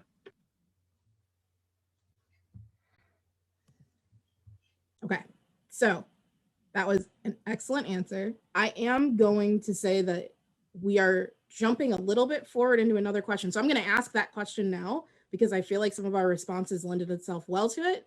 And then I'll jump back and I'll do our last question for the night. So second to last question, how would you suggest we incite interest in joining the SCA in POC and non-Eurocentric communities? So I'm going to start with Ryu. I think that some of the things we've mentioned lend themselves well to this, and I'm going to give people a chance to further expand on that. But Ryu, go ahead. Yeah, so, you know, Jibril covered a lot of the suggestions that I would have had there with regard to our recruitment in locations that we go to and where we're holding those practices, right? And knowing what your, you know, like what demographic belongs to a particular practice. A lot of the SCA recruits via word of mouth, right? Like, I don't think like most of us went online and we're just like, oh, there's a whole bunch of people who do an armored thing. I think we probably came across someone who was actively already doing it. So where we go to teach and train and provide that accessibility to be taught and for them to learn is huge. And had it not been the pandemic, we would have moved forward with some practices that we were going to have here in New York City.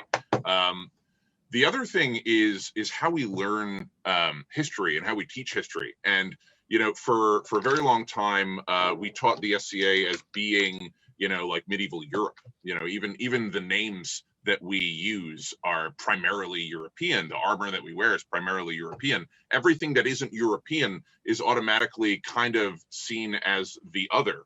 But there are 2 points on that. The first of which is there were persons of color throughout Europe forever. And that is often erased. I mean, the diversity alone of the Roman Empire, I can't even go into. But the fact of the matter is that like they touched everywhere from Africa into parts of what would be considered Asia and all over Europe. And they would draw from each corner of the empire and then transport people into other locations because it guaranteed that they were loyal to Rome first. So, you know, for example, Governor Urbicus of Britain was a Berber. So that's a pretty standard example that gets erased throughout history. I've touched on this one before. I know in another panel, you know, there's examples of, you know, Afro samurai in the form of Yasuki. These historical figures that have always existed throughout history, have always had interactions with Europeans. You know, Yasuki was brought to Japan by Jesuits from Rome. So this is a circumstance for the way that we recruit people, persons of color, is to kind of talk about the history that's always been there, their history or histories that they've always had fondnesses for that aren't expressly European, and then show them how it can be done. That's it. Thank you. Yes, I can't agree more on the idea of representation. We've had discussions on this show about how there have always been people of color pretty much everywhere. People move around the globe, people travel a lot. History has, for various reasons, not always included these figures explicitly, sometimes has explicitly excluded them.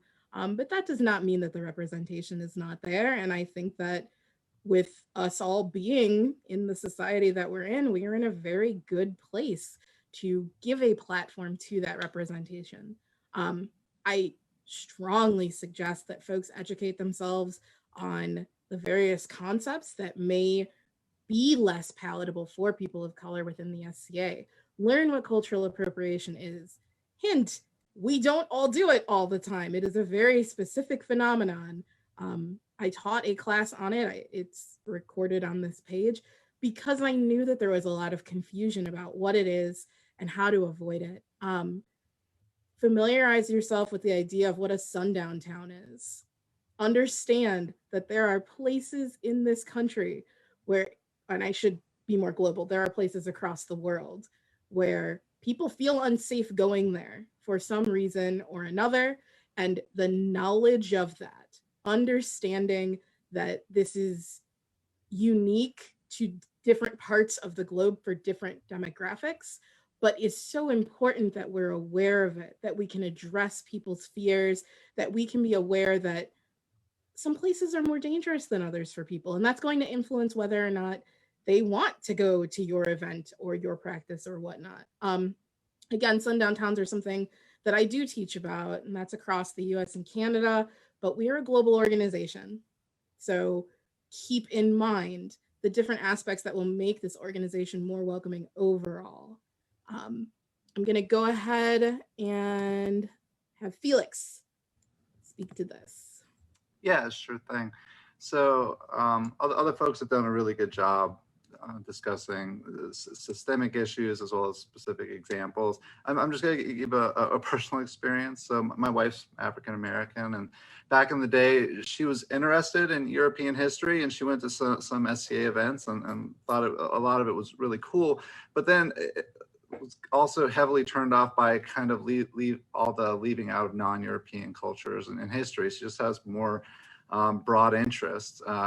It actually took a few years away, came back, and SCA's widened the aperture here. And that's actually really interested her personally. But I think we need to maybe really think about supporting those folks, not just, you know, there's been a policy change, but think about how that can impact our culture and our policies. So for example, she was really interested in exploring period African clothing. Jessica actually offered to help out with that, but also there's a Facebook group.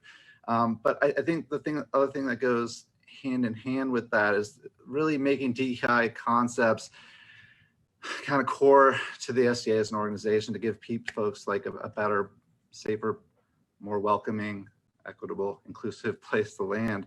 So I've heard more than one person of color, and so has my wife, be told that they can have a slave persona, right? Because they're a person of color, and that's how they can fit into the European construct. As Ryu mentioned, that's just completely wrong, just from a Eurocentric standpoint. There's a lot to unpack there, but I think that's kind of how I would put it. Like you, on a personal level as well as a systemic level, there's the SCA itself has a lot of history and culture that might have to change a little bit to both recruit as well as retain people of color. Thank you. And I think that was a really great point. That's going to lead me again back to that. Educate yourself on these terms, educate yourself on these concepts. Make sure that you are aware of the existence of the idea of microaggressions, of these things that people of color deal with that you may not have ever considered, whether that's a function of privilege or whether that's just a function of, you know, the folks around you not necessarily having encountered these specific things, there's a really broad world out there, guys. It's important. Eliahu.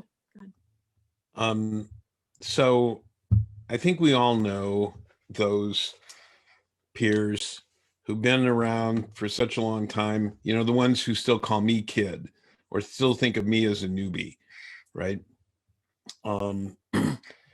And they think it was perfect the way it was. It should never change. But the strength of the SCA, and I've mentioned this before, the strength of the SCA has always been its breadth.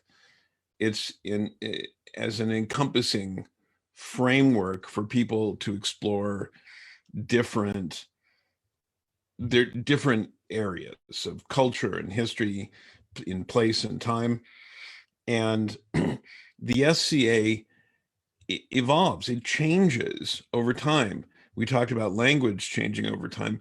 The SCA changes over time. It has to change and adapt and evolve and improve, or it will not continue to exist. And we as knights, as peers, as people who are in that, I'll say, position of influence rather than position of power, we have the ability and the obligation to help guide that growth, change, improvement, and evolution in positive directions, or be some of those old timers who stand in the way and say, no, it was perfect the way it was. You know, that light bulb doesn't need to change. And I think understanding and having that conversation with some of those people, because they're still around, they're still influential, and some of them aren't, some of them didn't start before I did, some of them are newer, but they have this conception of the SCA as only not even just pre-17th century Europe, but they want to limit it to exactly the Middle Ages, to the High Middle Ages, to the to a certain period, a certain place, and that's not what the SCA is. The SCA is a framework for people to explore lots of things. It's a common framework. When, as I tell people, we ignore that people are from different times. We only say they're from different places and from different cultures. And the more welcoming we are, the more likely the SCA is to continue to grow, to flourish, and to improve, and for all of us to learn. And so I just wanted to give that as a bit of a historical background, because I've run into that the whole time I've been in the SCA. Hey, why don't, you know, hey, if we did it this way, you know, that'd be a little better. No, this is the way we've always done it. Well, yeah, but it's just because it's been done that way doesn't mean that's the best way to do it. And so there are people who are emotionally invested in knowing that their way has been the right way, and the way that they have done it the whole time is the one and only way. People who have a bad case of the one true way are difficult to bring on board with the idea that there are lots of ways, and there are other ways that we can and need to evolve the society to grow. And what we're doing, what we're talking about here, is absolutely essential to that. The SCA as a corporation, as a nonprofit corporation, it was incorporated in the 1960s. Modern nonprofit corporate governance has changed tremendously since then. And the corporations now have to recognize the kinds of differences that we talk about, and not only, I not tolerate them or accept them, but welcome them and celebrate them. And that's the future for the SCA. People complain about the numbers of the SCA. Why aren't people joining? Well, they blame it on video games, or they blame it on other things. No, we need to welcome more people. We need to do so. And we need to enthusiastically welcome them, and that's the option. That's the choice we have. Thank you so much. So we are almost out of time. We're going to do one last question. Please do feel free to submit questions, and I will send folks to go check comments, and they can go ahead and give answers. You never know, we did a part 2. We might end up with a part 3 someday, so please do feel free to ask. Our last question for tonight is going to be, to my perception, peers are reluctant to confront another peer over their behavior or attitudes. If this is the case between peers, how can it be expected for a member of the populace to speak up to power when power doesn't appear to be very good at speaking to each other? I've got Van for this. So I want to talk about it a little bit from the perspective, I think, of the peers talking to each other, and then I'll address the other part of it. But there's a lot of discomfort in that can be had in conversations that are difficult, obviously. And the thing that we sometimes have to deal with is that we can't hold other peers accountable in the normal process of the society, except through peer pressure, right? Except through social pressure. And so, to an extent, we're sort of paralyzed a little bit. We can take action when we can bring enough people together to do something, and there are some laudable examples recently, or within the past couple of years. The Kingdom of the East spoke out very publicly. Their members of the chivalry spoke out very publicly about a member of the chivalry that had engaged in conduct that was problematic, and together they publicly dealt with it. The reality, though, is that different circles, different groups of knights in the SCA, different peerage circles, have very different dynamics to them. The levels to which they communicate, the divisions of people within them. And you deal with all the problems you have in a normal society in these situations, right? So you've got individuals within the circle itself will have relative social privilege relative to, to each other. You'll have situations where you simply don't want to deal with the pain, right? The difficulty of confronting your friend or someone that you spend some time with, about something that is difficult. And we err when we do not. We're complicit in our silence far too often in these circumstances. But the reality is that it is what happens. We don't like to confront each other any more than we like being confronted. And in the end, that ends up being a barrier. We need to, as individuals, as a society, and as peerage circles, be willing to deal with these things, be willing to deal with individuals and their complaints better, more constructively. Speaking up to us and speaking, hoping that we will carry your words to someone else, the best thing I can say to that is to try to make us accountable, right? And what I mean by that is, if we don't say something the first time, or we don't appear to, maybe bring it up again. Maybe talk to someone else who bring other people into it. Again, the society has officers that can assist individuals in speaking to each other. And it will come down very much to individual action, not anything that is, or at least individual decisions. It will not come down to an ability to expect at the beginning of this process, which is arguably to an extent where we are in many places, the entire group to take action together. It's going to take individuals who are willing to step forward and speak to the other members of their circle and to other, other peers, and find them, speak to them. And then when that becomes more acceptable, as we realize and as we change and adjust, then the communication will progress, the conversation will move forward, and hopefully there will be change. But hold us accountable. That's the best, advice for someone speaking to us, honestly. Okay, thank you so much. And then I've got Eliahu.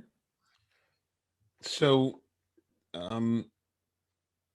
for a lot of us, I know a lot of peers, a lot of knights, a lot of peers, a lot of people who are called upon to try to fix problems, interpersonal problems, organizational problems, other kinds of problems in the society. And when you become known for doing that, you get caught, the more capable you are of doing that, the more you get called on to do it. And it can feel pretty overwhelming after a while and pretty lonely. But one thing I have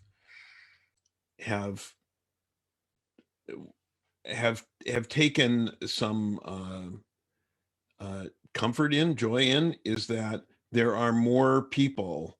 I see more peers now who are problem solvers. It doesn't always have to be, I don't have to be the one to fix everything. When I'm in a situation, I'm confronted with, I'm absolutely willing to help. And, but I'm not the only one. There are more peers out there. There are more knights out there who are willing to stand up and say something and do something than there ever have been before. And I think that's a good sign. I'm not discounting the fact that some won't, but find the ones who will and call on them. And the more that becomes an example, the more we'll aspire to doing that as well. Thank you so much. Thank you to everyone who submitted questions. I'm going to give everyone one chance if they want to add anything in closing before we wrap up tonight. If anyone would like to jump in, unmute and go on. Thoughts? I'm going to drop an F-bomb in honor of Araya. Fuck. Do it. I'll jump in hopefully really quick. I think for me, this was really interesting, 2 sessions. Hearing a lot of the comments from my fellow peers was really interesting because it opened my perspective to the difference in the chivalry from kingdom to kingdom, and just different ways that we can improve to make our own individual kingdoms better. And I am very appreciative of the comments that our spectators gave, because they really have added as much value to this conversation as what we've had to give. And I just want to say thank you all for having me here and allowing me to participate. Thank you. Does anyone else want to throw in any closing remarks? Just Eliahu? thank you. Very much enjoy having these conversations and seeing these ideas promulgated to more people for greater understanding and improvement. So thank you. Felix. Yeah, sure thing. So likewise, we've covered like a lot of ground in these sessions, and it's kind of brought up a lot of challenges, but I hope we've helped start some conversations. I really look forward to kind of continuing these conversations in the future. Also, just want to thank everyone that attended. All these questions and comments were really great to read through. And I also want to take a moment to thank Jessica for putting all this together, herding all the cats, as well as for all of her work. And I hope that we can all continue to support all of her great DEI initiatives moving forward. Oh, thanks. Van, go ahead. Yeah, I just want to echo the comments about thank you to all of the other knights and to Araya, who didn't appear as well. I enjoyed meeting many of you for the first time, as well as the perspective shared.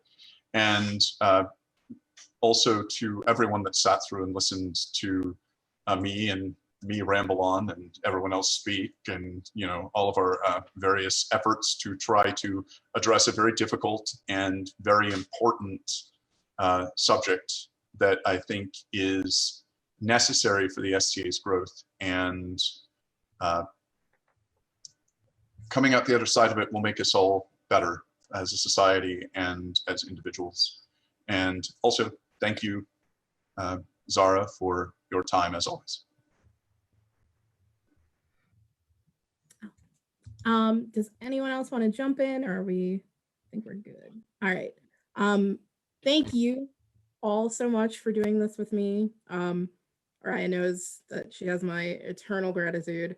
But I really just want to make it clear that I think that this was incredibly important and such a good discussion. And thank you for taking the time to do this emotional labor and to really engage with these topics and be vulnerable and put yourselves out there and share your stories. I just really appreciate it. I think that this is great. And I hope that this is the beginning of a series of conversations much like it. And thank you to everyone who tuned in. Thank you to everyone who submitted questions. Just lots of thanks overall. So we will have one more week of This Week in DEI next week. I will be doing the Definitions and Concepts class, which is our base class. And that's going to wrap us up for the year. And then we're going to be taking a short break and we'll be back in the new year. So thank you to everyone for tuning in. And I hope everyone has a good night. So bye, all.